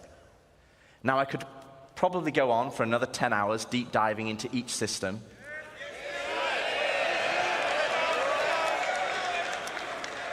But I'd do Jared out of a job, and he needs future ISCs and SC Lives and CitizenCons. Today was to reaffirm what type of game we are making. And I hope you continue to come with us on this journey as we march towards Star Citizen 1.0. Yeah, at this point, Thank you, CitizenCon. And can we welcome Chris Roberts? No? No? I was thinking of 2020. Jared. 2028. Okay. So Chris is not ready yet. I'd lean towards 2026 with the So with the we're gonna with the Delta. We're gonna ad-lib a bit. I'm here. Oh, Yeah. right. Well, LTI is warranty and insurance. That's what you're gonna get. You have it on my thing on. Yeah. Welcome, Chris Roberts. Yeah, ahead of schedule. Yeah. I was going 1:30. I don't know. Hey, you don't need this, right? Well, then they're going to scroll it. Well, thanks. Thanks, Rich. Rich, Dave, and Ian. I hope you guys and girls loved what you saw there. It's having a definitive line in the sand is incredibly empowering for the whole team, and I think for all of you guys in the community. As I said, in introducing the presentation, we will never stop growing Star Citizen, even past 1.0. And part of what makes we're getting Star canceled. Citizen He said guys and so girls. special is the symbiotic He didn't relationship fucking include between everybody. You guys, the community, and us, the developers. And I know I can be accused of feature creep, but you only need to look at Spectrum, Reddit, and Discord It's true, Quake. to see countless great ideas and They're all suggestions speaking that with come those funny accents from people from across the playing a pond. live alpha and seeing areas that the game can grow and improve. And often we take these on board because they will make the game better. And in some ways, doing, man? while you could say Star Citizen is a Chris Roberts game, I would say it's all our game. The developers, the community, building the game, we're all building this dream game together. And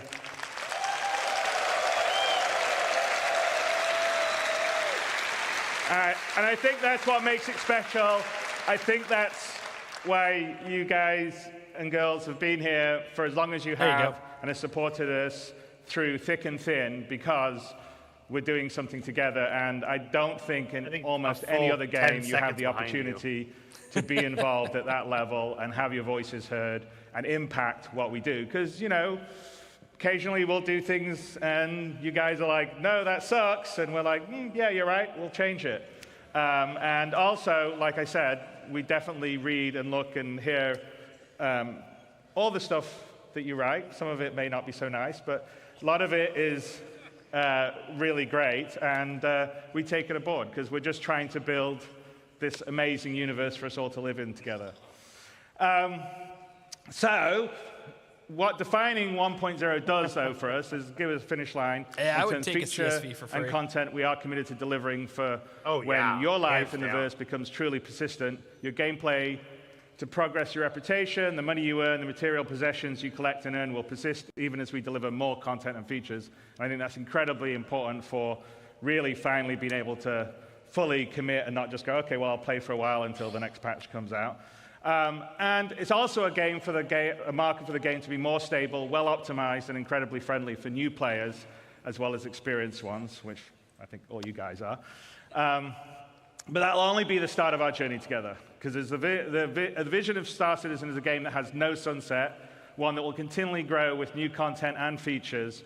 We'll always make sure we're on the cutting edge of new technology. We'll never be outdated. I know I occasionally see, oh, in so many years, you guys will be out of date. But as you can see by our constant presentations, we're always looking to make whatever we can do, whether it's the visuals, the audio, various ways to make the gameplay better. That's something we will always be working on. So we'll always keep the game at the bleeding edge of graphics, sound, physics, and yes, we'll support VR, and we actually have some of that in the background we're doing. That's a big one. I didn't hear it yet, so I'll let you hear it. So I hope you've enjoyed this year's CitizenCon. We demoed a small prologue that opens Squadron 42 VR.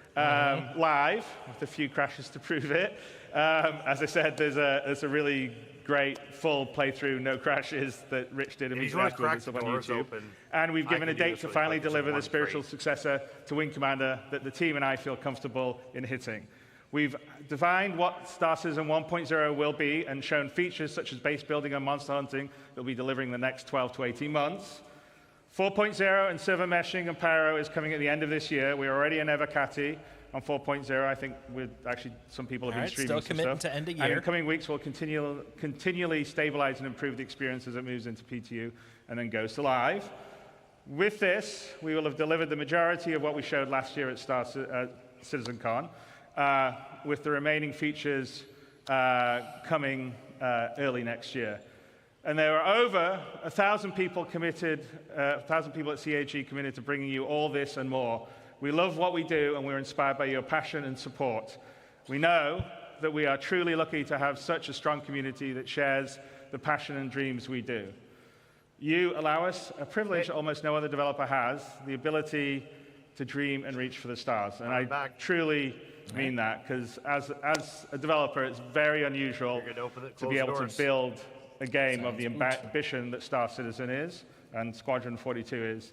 And that's all down to you guys and girls. So thank you very, very much.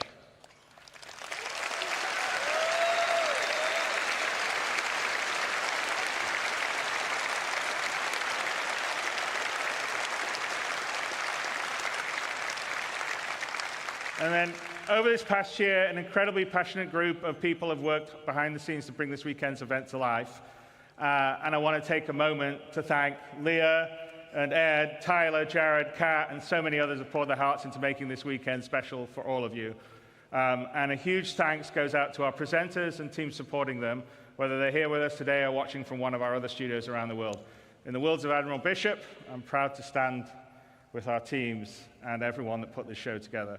And all of the CAG staff working on the show floor, your hard work ensures everything runs smooth and keeps the energy alive throughout the event. Until he's in laundry list mode. A heartfelt thanks to the community members who volunteered their time to run this year's show. None of this would be possible without their dedication and support. I thank all of you very, very much.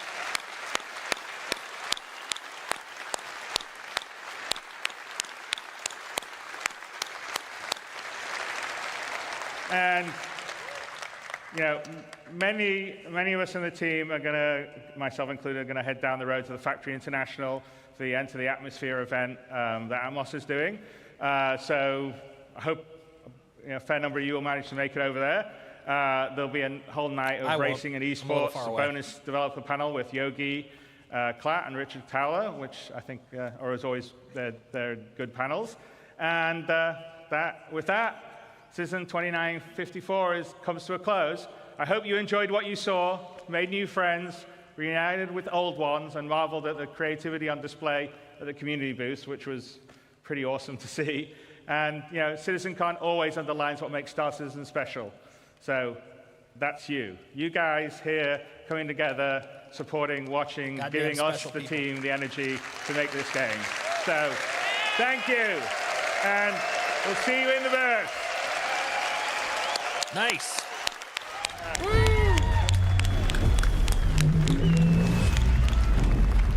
We did it.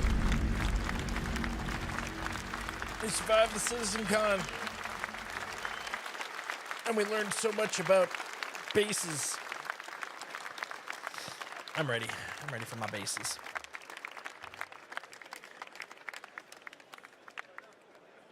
I kind of wish they would have touched on Blades and AI crew. Yeah, my guess is we probably won't be seeing that until after 1.0, since we got our laundry list. Well, see, the thing is, though, you kind of need it pre 1.0. Why is that? Well, who's gonna run your fucking base? You guys are. No, but I mean, like, when you're offline, who's gonna run? I guess the base No is one. the most automated. Yeah, I mean, the only thing that will be running is probably like your what's it called? Refinery and stuff. Like that stuff will probably run itself, but like and they did show timers on the buildings. So I'm going to venture a guess that the automation for building will be done. So you don't have to, like be there to build. You just kick it off and it'll go. I just want to say. But yeah, I'm stoked. I'm ready. Yeah, the only thing the AI I really would love to know is for ships, but it doesn't look like that's going to be part of 1.0. That'll probably be a dot release in the future. But that's exciting. Pretty soon, 1.0 will be out, and the things people complain about will actually be legit. It'll be great. Yeah. So that's the thing. I think CIG is definitely lined up to be able to handle it and support it. But it is going to be interesting because when everyone tosses out the, this isn't working, XYZ game works, why doesn't this one? It's like, well, we're making it. It's not done. But that will be a kiboshed comment. You can't say that anymore because it's out. It is like all the other games. We have launched. I'm very excited for that. Me too. I mean, 4.0 is going to be the big start, the start, the means to an end. Mm-hmm. And that's where, I mean, the majority of people are going to be getting really excited. Also, here's the thing that I found kind of interesting in terms of the master list. So here, I'm going to bring it up on my screen. Hey, look, it's Iron Mouse. Apparently, it rolled onto an Iron Mouse video after CitizenCon. So here's my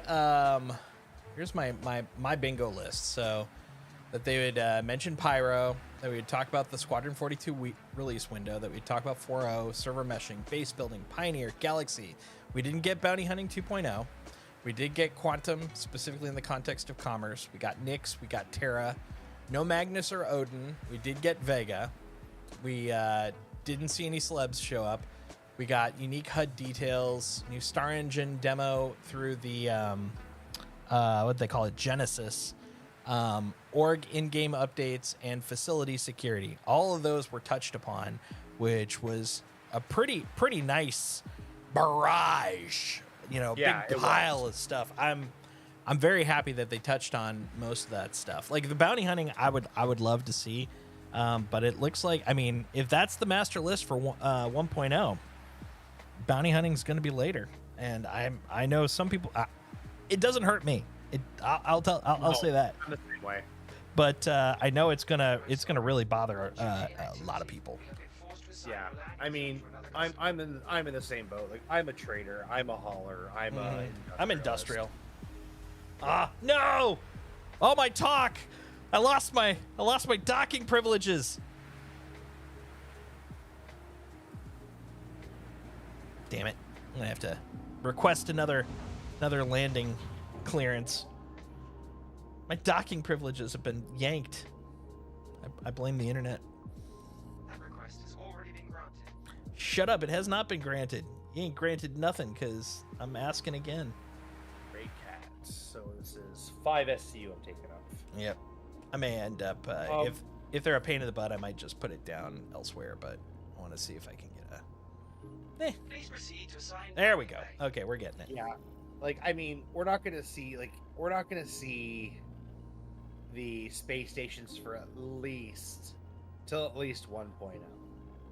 Well, I mean, that's part of 1.0, so definitely. I mean, that was the whole shtick, is it's a 1.0 release thing. 4.0, from everything that's been said, is the last non-release full version. We'll get dot patches. It's not like 4.0 and then immediately 1.0. We'll have .1. 4.0 is essentially beta. 2. But I have a feeling we'll probably actually get legit 1.0 betas. So That's usually internally how that stuff would work. Is you got all your Betas. alphas, and then the betas are based off of 1.0. So it'd be like your pre-release. Yeah, I mean that's what Escape from Tarkov is. Yeah, exactly. Wow, they call it a landed- beta. It's still just you got to pop the doors for me. Oh, fucking doors. I mean, you can just sit in the you can just sit in the pilot seat up there, man. Oh, I'm gonna. I don't have the brain power to do anything beyond navigate and talk. You couldn't have gotten me any further from a. There's a, I guess there's a I mean, I could try. I could put some effort into it. No, like it's like that was the thing with. Oh God, I just like jumped onto a ladder. Escape from Tarkov claims to be in beta, but they're not feature complete. No, they're still making tech, so they're alpha through and through. But I mean, that's what beta is. It's a feature complete game, and you're testing the game. Exactly. Well, yeah, you've got all the features are in place. In theory, the beta should be cooked enough that you're refining at that point. But yeah, it's the polishing phase. It's what they're doing in Squadron right now. Yeah, it should all be polished at that point. I'm watching the Magic Teleporty box. It's always a hoot to watch. This would be a shitty place, by the way, I'm not going to do it, of course, but this would be a shitty place to drop someone because it's like you have no way out. You would have to be like, someone needs to come get a mission to come get me. I have an ASOP terminal right here. Oh, really? You can actually summon your own. Well, never mind. After the last 2 days and all that edging, it's time to go smoke a cig. Well, you know, all right, you're gonna leave. Sig got the smoke. Why not smoke Sig back? You know. Yeah, no. The hype was good. It was actually. I feel like the hype was a little bit more rounded this year than last year. Like last year, they were given, very, very hopeful numbers. This one, the only thing they gave was 2026 for Squadron. They didn't give any other dates. Yeah, the Bengal part, I love it. I mean, realistically, there's no freaking way my org is going to ever build a Bengal, or if they do, it's going to be a 10-year process. But I'm starting to think you just combined orgs. Yeah. We have a consortium. Yeah, because I'll be honest, my org has, I think, 17 people that are active players. And between the 17 of us, we have 3 Polarises. Yep, Polarises. Polarisi. Yeah, exactly. And we're going to have a Pioneer, too. I know that. Yep. I know that. And a Kraken. And a Kraken. We don't have a Kraken yet, but... Well, we do. Yeah. Oh, you have a Kraken. I have a Kraken. Oh. Yeah, I think we're just going to have to, like, consort I'm a Kraken. the org. Yeah, it's going to be fun, though. I'm so down. This is going to be so fun, Me dude. too. I need active players that actually want to build this shit. So Right? Hey, Quake, you want to play with us? Come play with us. It's going to be in VR. I know how much you love that VR. Them virtual realities. I'm gonna actually have to buy VR and attempt this.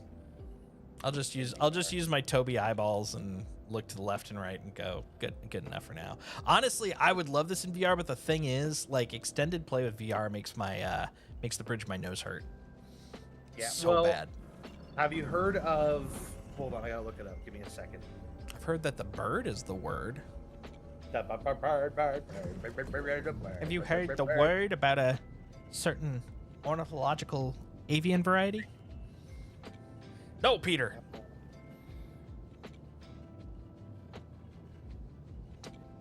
I love how you always should show me it, and now that I'm looking for it, I can't find it. That's the way it works. That's exactly how it works. I'm here to mess with people. All right, where am I going now? We're going to Goldenrod. Sakura Sun, Goldenrod Entertainment Center for kids, Gold Edition, ++.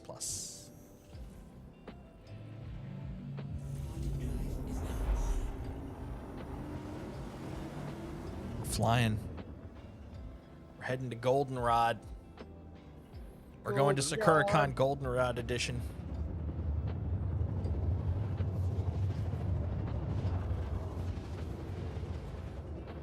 We witnessed the glory.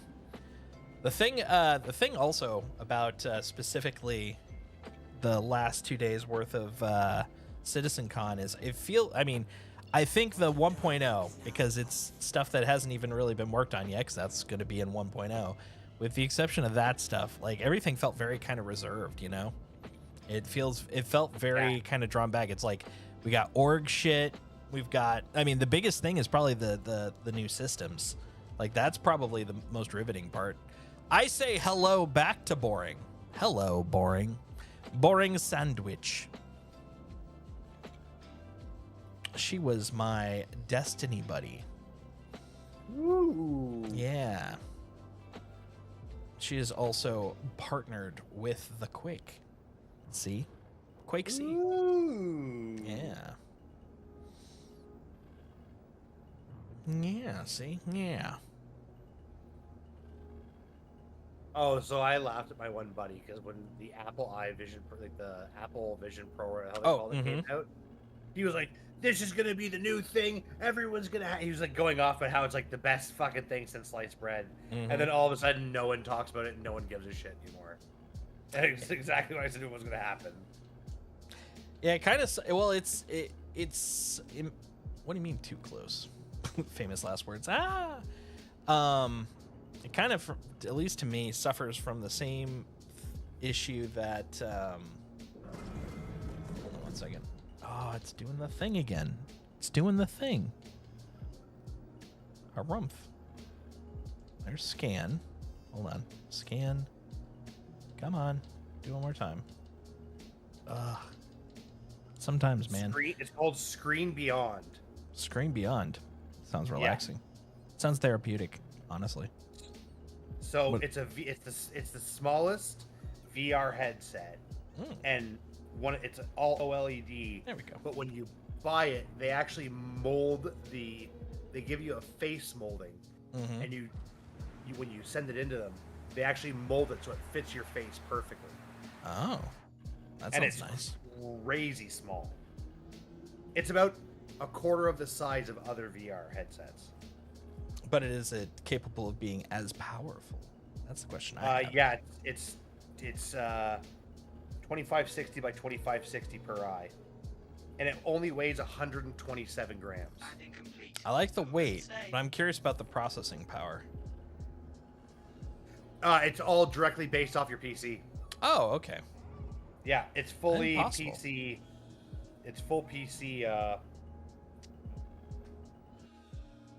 Words. 102 degree field of view up to 90 hertz, and then it's 5120 by 2560. What's the name of the headset? Quake's kind of curious about it. Quake does a lot of VR stuff. Big Screen Beyond. Big Screen Beyond. Yeah, he works on technical video game stuff. Ah, gotcha.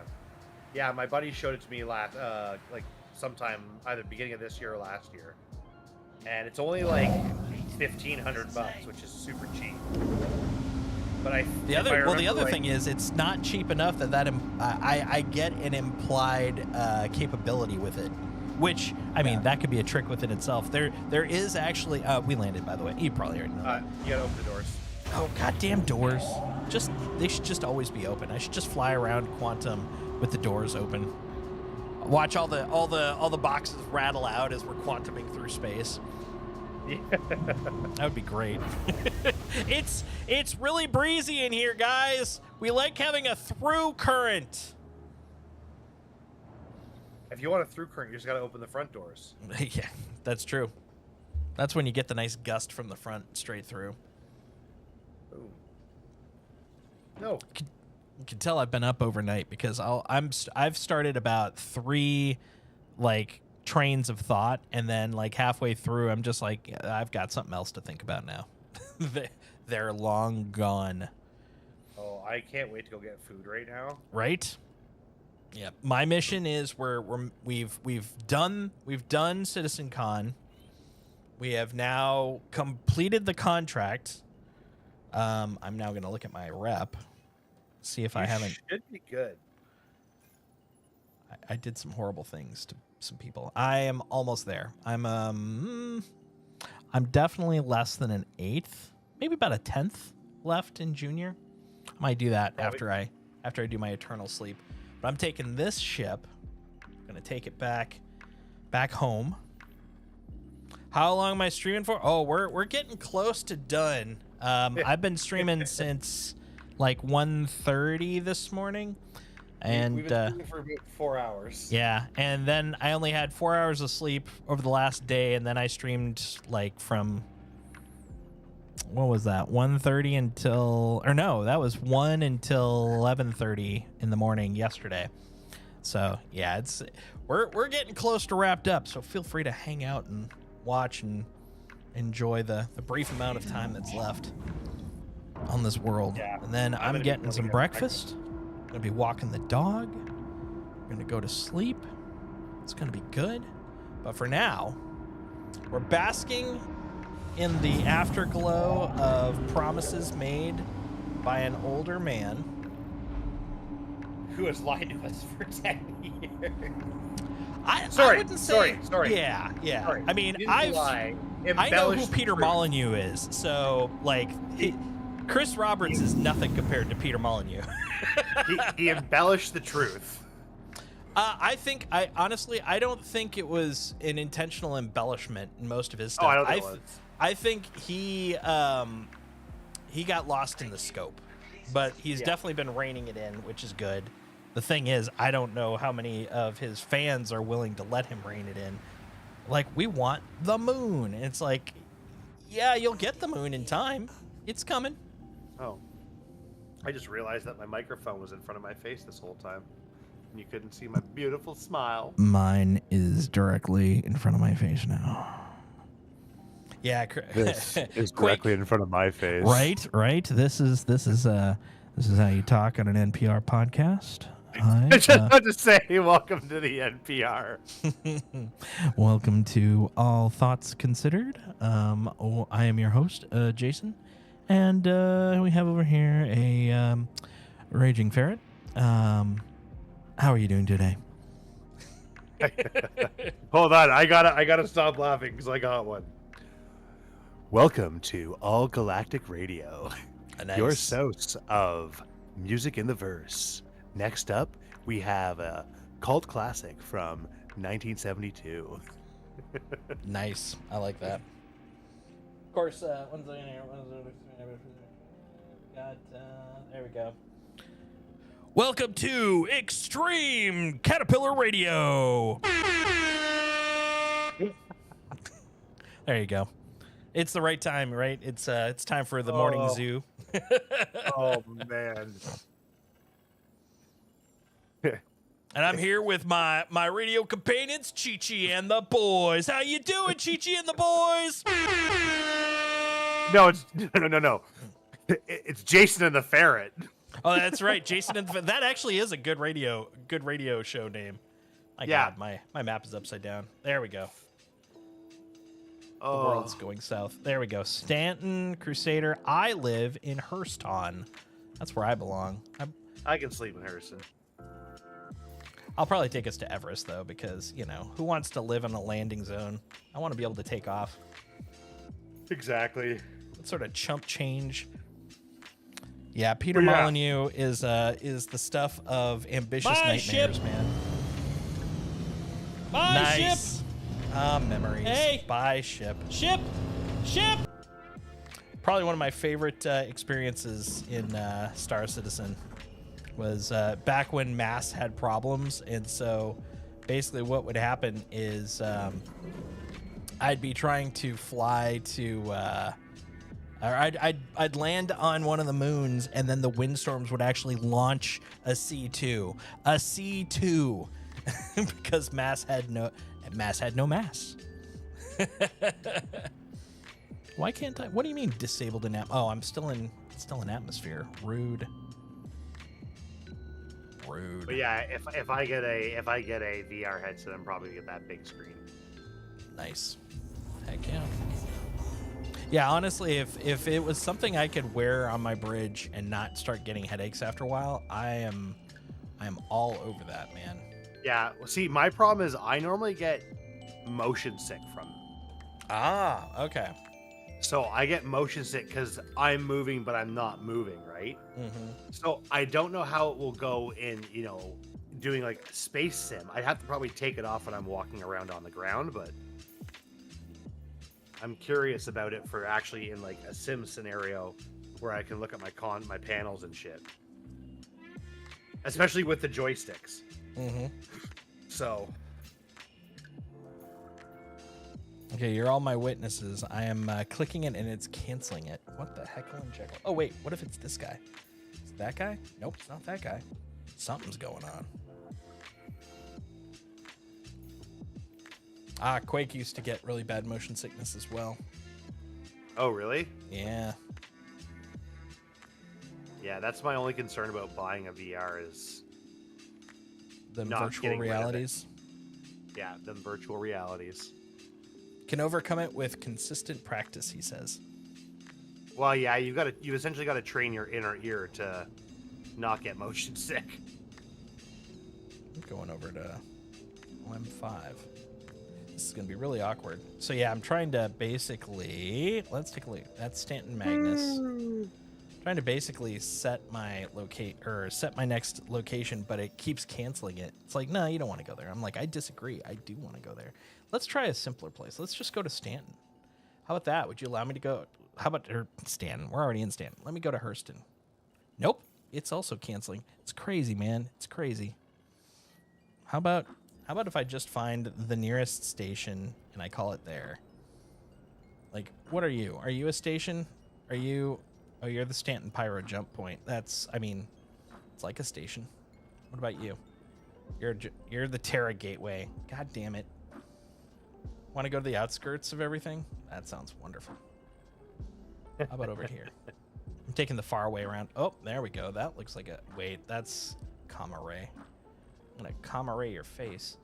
All right, let's get around the planet. Comma, chameleon. Oh, I thought you were going to go with the comma array. Comma arraylion. There we go. It comes and goes. It comes and goes. It orbits around the planet at 50,000 kilometers a minute. I don't know. Yeah, now it gets really complex to try to sing. All right, one more whack around. Oh, hold on. If that's 24,000 kilometers an hour. If that's Stanton and that's Crusader, then that means if I follow the accretion disk around, should be. Did you try Alt R when you were clicking on it? Alt R, like a pirate, you know? No, I'm serious. In your star map. If you click on it and you hit Alt R, it'll root it. Oh, you can also just press R, but yeah, I'm having the same issue. Basically, it'll make the route and then it cancels it immediately. Yeah, it's what if you just do it without a route? Well, I've tried a couple of places so far. Let's try this one. Yep, it's just all routes are basically canceling. Okay, here, switch receipts. Oh yeah, why don't we have you try it? It might just because I'm pretty sure it's a client thing more than anything. Daddy Chris, please give me my Idris. Oh, that's brutal for the Idris owners. If it's 2 years before they get their ship. Well, I mean, going back to Hurston, you said, eh? Yeah. Honestly, as long as it's not Orison, that one's too far out of the way from my little ship. Any other spot is fine. Ark, you could go to New Babbage if that's, or not New Babbage, Tressler. Any of those.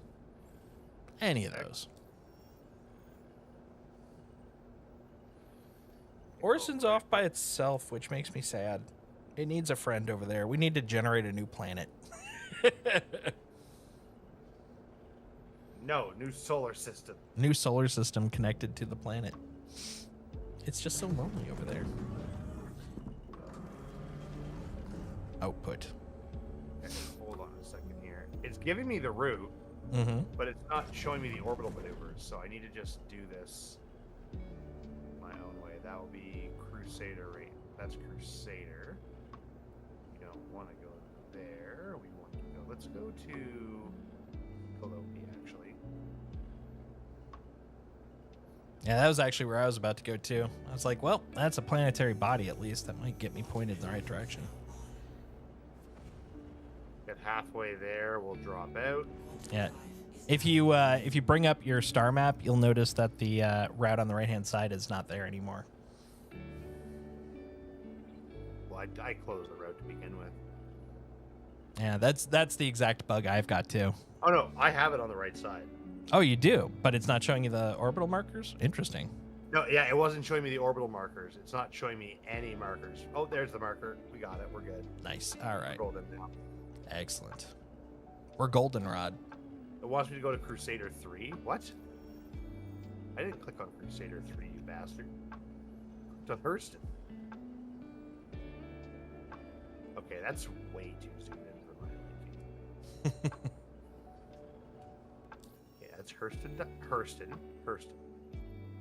Okay, we're good now. There we go.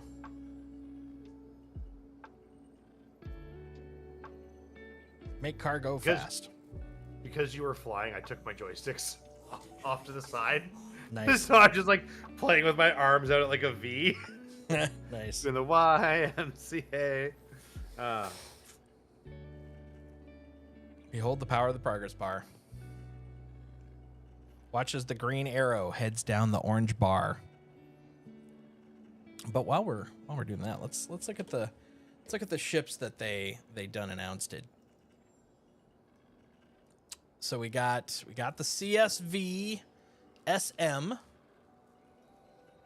We got 2 of those.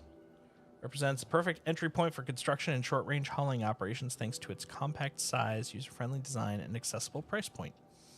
I love how cute they are. They're like little Tonka toys, you know? Look at that little truck. 5.4. I hope they just immediately put it in game and they don't do the 3-month bullshit. I don't know. I mean, they're definitely going to at least do the 1 to 2 month. I mean, even the Atlas had about a month or so, but I don't expect it to be that long. Because everyone bitched about it. Yep. Personally, for me, ground vehicles shouldn't have that clause. It should just be ships. Because ground vehicles don't even really get used in the same essence. I broadly understand, but at that point, it's like, I don't understand at that point why we would need to even have the ships have that, because if you're paying the money, there it is. If you don't want to pay the money, there it is. So it's like, yeah. Well, but it's also it's a ground vehicle, right? Like, I mean, I wouldn't pay $50 for that. I'm surprised I paid $30 for whatever I paid for the Atlas. Mm-hmm. Most of the time for these types of things, the only reason I would get them is the token factor. Yeah, that's what I got it for, was the token. That's where I'd really kind of put it. But I mean, like, since it's literally for CSV, and we're probably not going to really have a great use for it until base building comes around anyways. It's like, honestly, 3 months. That's literally when this comes out in November, or no? Oh, actually, no. This one's not even a pre-order. This is out now. So if it comes out in February, or for people to use, which is like the earliest I could peg base building to be, like that's 4 months. That's a very luxurious amount of time to wait, and even then, it's like, okay, now it's funny money. It's fake bucks instead of real ones. Yeah. But this guy, Starlancer TAC, my God, what a beauty! What a beauty! Look at that guy. See, I'm kind of curious about drones now, because like, if we're gonna have some form of base building in 3.0 or in 4.0. Well, eventually in 4.0, it won't be part of 4.0, but it'll be part of the post 4.0 stuff. Yeah. Yeah, it feels a lot further along than I think that it actually is. Well, so they announced in the newsletter, when was that? June, July. That was when they started the pre-production process on it. So my assumption in terms of where it's at is somewhere along the lines of they're they're working on validating the base logic. Like what we saw in there is like the loop that they've got, but it's not much more beyond that. And I don't expect that a lot of the facilities probably have their functionality yet. But if I was a betting man, I would say it's going to be in the next year, but like early next year, I don't think so. I think it's going to be about mid next year. And so we've got a lot of buffer time for that. What I am curious about is what will be coming in first, which might be the org stuff. That's kind of where I'm leaning. The social stuff specifically. Social and the clothing. Social and the clothing, I think, are coming earlier than base building.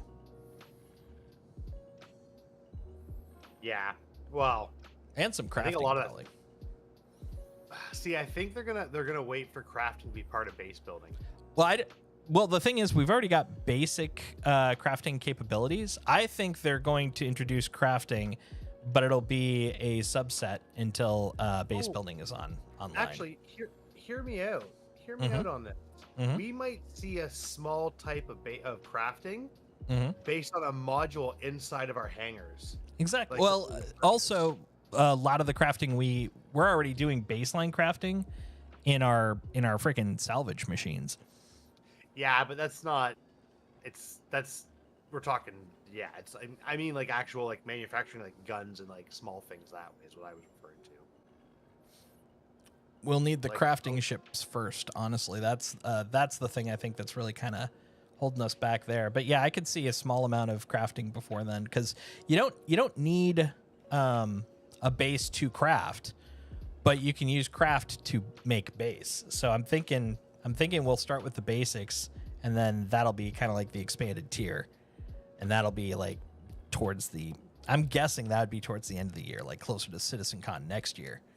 If then. I don't know why I should be letting you summon this because it's your ship. Here. Oh, the station? Yeah. Let me swap. Oh, it gave me one. But it's my hangar. I want you to park it in your own hangar. Yeah, park it in your own hangar, buddy.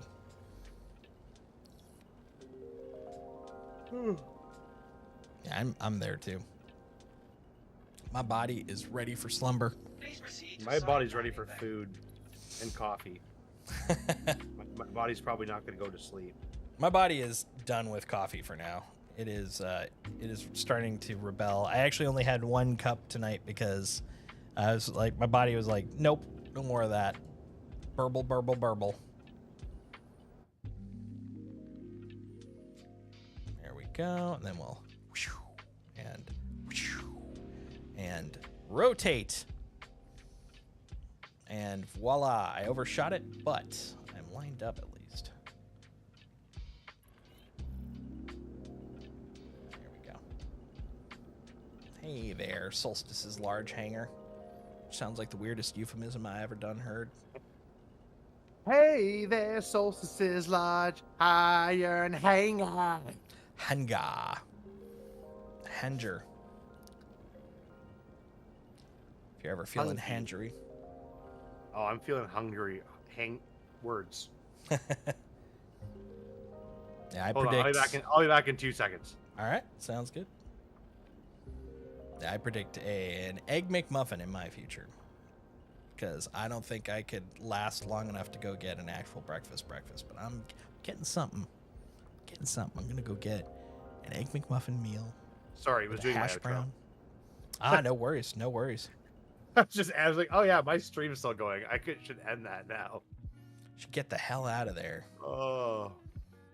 Get the hell out of there. Oh, am I gonna hit it? Nope, we did it. I'm gonna just plop it right there. That was a graceful landing. That was. You know what? I did the pirate event, and now I really want to buy the pirate caterpillar. I've been tempted. See, my problem with it is that why can't you simply buy the paint? Like, is there an actual difference between the pirate caterpillar and the caterpillar?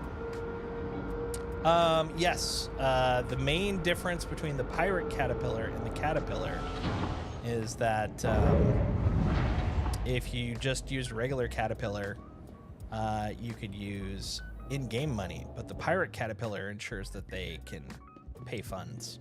That's really the difference. Yeah. All right. I'm off your pad. Nice. I'm hitting quit game. I don't know if you're playing this tonight or what you're playing, but I'll probably be on this later. Nice. Yeah, no stream tonight, but I will probably be hopping on to work on some stuff, getting revved up for IAE. But yeah, so ping me when you want, and once I'm awake and alive, I will ping you back. Sounds good, dude. I'm gonna go freaking long sleep. Sounds good. Have a good night, dude. I want.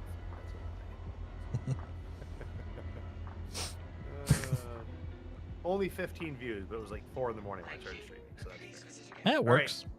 Have a good night, dude. Cheers, dude. Have a good Bye. sleep. Of course you have to return my ship to storage. I just asked you to return it to storage. What's wrong with you? See? You put it in the hole. You put it in the storage hole. That's what I asked you to do. It's a simple request. I just want you to put it in the storage hole, guys. All right, guys. All right. Here's the deal. We've done it. It took a while. It took 2 days. But we've witnessed with our eyes all that Chris Roberts has to offer at CitizenCon. Is everything that we wanted there? No. Are there a lot of things I'm looking forward to? Yes. Am I still going to play? Of course. Am I going to try to find other people to play with me? Of course. Looking at you, Quake C. You should come play with me. I'll get you a base game. It'll be a great time. But if not, no worries. No pressure. Don't worry about it. All right. So, this next week is kind of a lull, which is good. This Wednesday, I'll be playing The Lake House, which is not the romantic movie from, I believe, the 90s. I think Keanu Reeves and Sandra Bullock. Is not that. This is the expansion to Alan Wake 2. It's the last of their 3 DLCs. So I'm looking forward to doing that. So this Wednesday, we'll be doing that. Friday, we're probably either going to be doing Star Citizen or Once Human, because the new scenario came out. We signed up. I have yet to touch it because I want to kick it off in stream. So we'll see which one, how that ends up. And then next weekend is a relatively normal-ish weekend. Next weekend after that, though, so 2 weekends from now, I'm going to have the same problem I'm having now, in that I'm going to be up until it is way too early in the morning. Why? Why, you might ask? Well, it's because 2 weekends from now is Extra Life Game Day. It is the gaming marathon that Extra Life was built around, and it is 25 hours. It's a lot of games. It's going to be a lot of fun. Now, the thing is, that's the day that they officially do the marathon, and it's 25 hours because it's also the daylight savings switch. So that's when we fall back. So we get 1 extra hour, and that extra hour is going to be put into more games. But they're actually pretty okay with if you decide to, split it up. And being as I'm getting old, maybe I will. But I kind of want to do the marathon still. I usually do that every year to raise money for Seattle Children's Hospital. And it's just a fun tradition. Now, the thing is, I'm going to be adding some more. I'm actually going to ping the Discord. So if you're not on the Discord, !Discord, come join us in the Discord. We're going to try to figure out what the heck we want to do as not motivations. What are they called? Incentives to help you guys, bring the taunt, bring the money, bring the funk. So please come over, hang out, join the Discord. And let's see what we can do about that. See what we can do to bring bring that to the table. Bring that fun to the table. Raise some money. I'm getting a little loopy. So you know what? I think it's a good point here for me to call it. Thanks for hanging out. I hope you enjoyed yourself. I hope you watched all that you could. I hope it made sense. I'm hoping I make sense, but honestly, I think that's out the window right now. But yeah, feel free to join the Discord. !Discord in the chat will bring up the link. We're super cool over there. We like to talk about games, role-playing, storytelling, pop culture, all the cool things in the world. I hang out there. I've been known occasionally to be pretty cool. So, come hang out with us. But for now, I'm going to sign off. I'm going to go get myself that wonderful Egg McMuffin and take Indy out for a little walkie. Matter of fact, hold on. Is he right there? He's not there. He's sleeping elsewhere. That's fine. I'm going to take him out for a walk after I have my delicious Egg McMuffin. Going to get some sleep. And we're going to have some fun after that. Thanks for hanging out. Hope you had a good time. I'll talk to y'all soon. Night.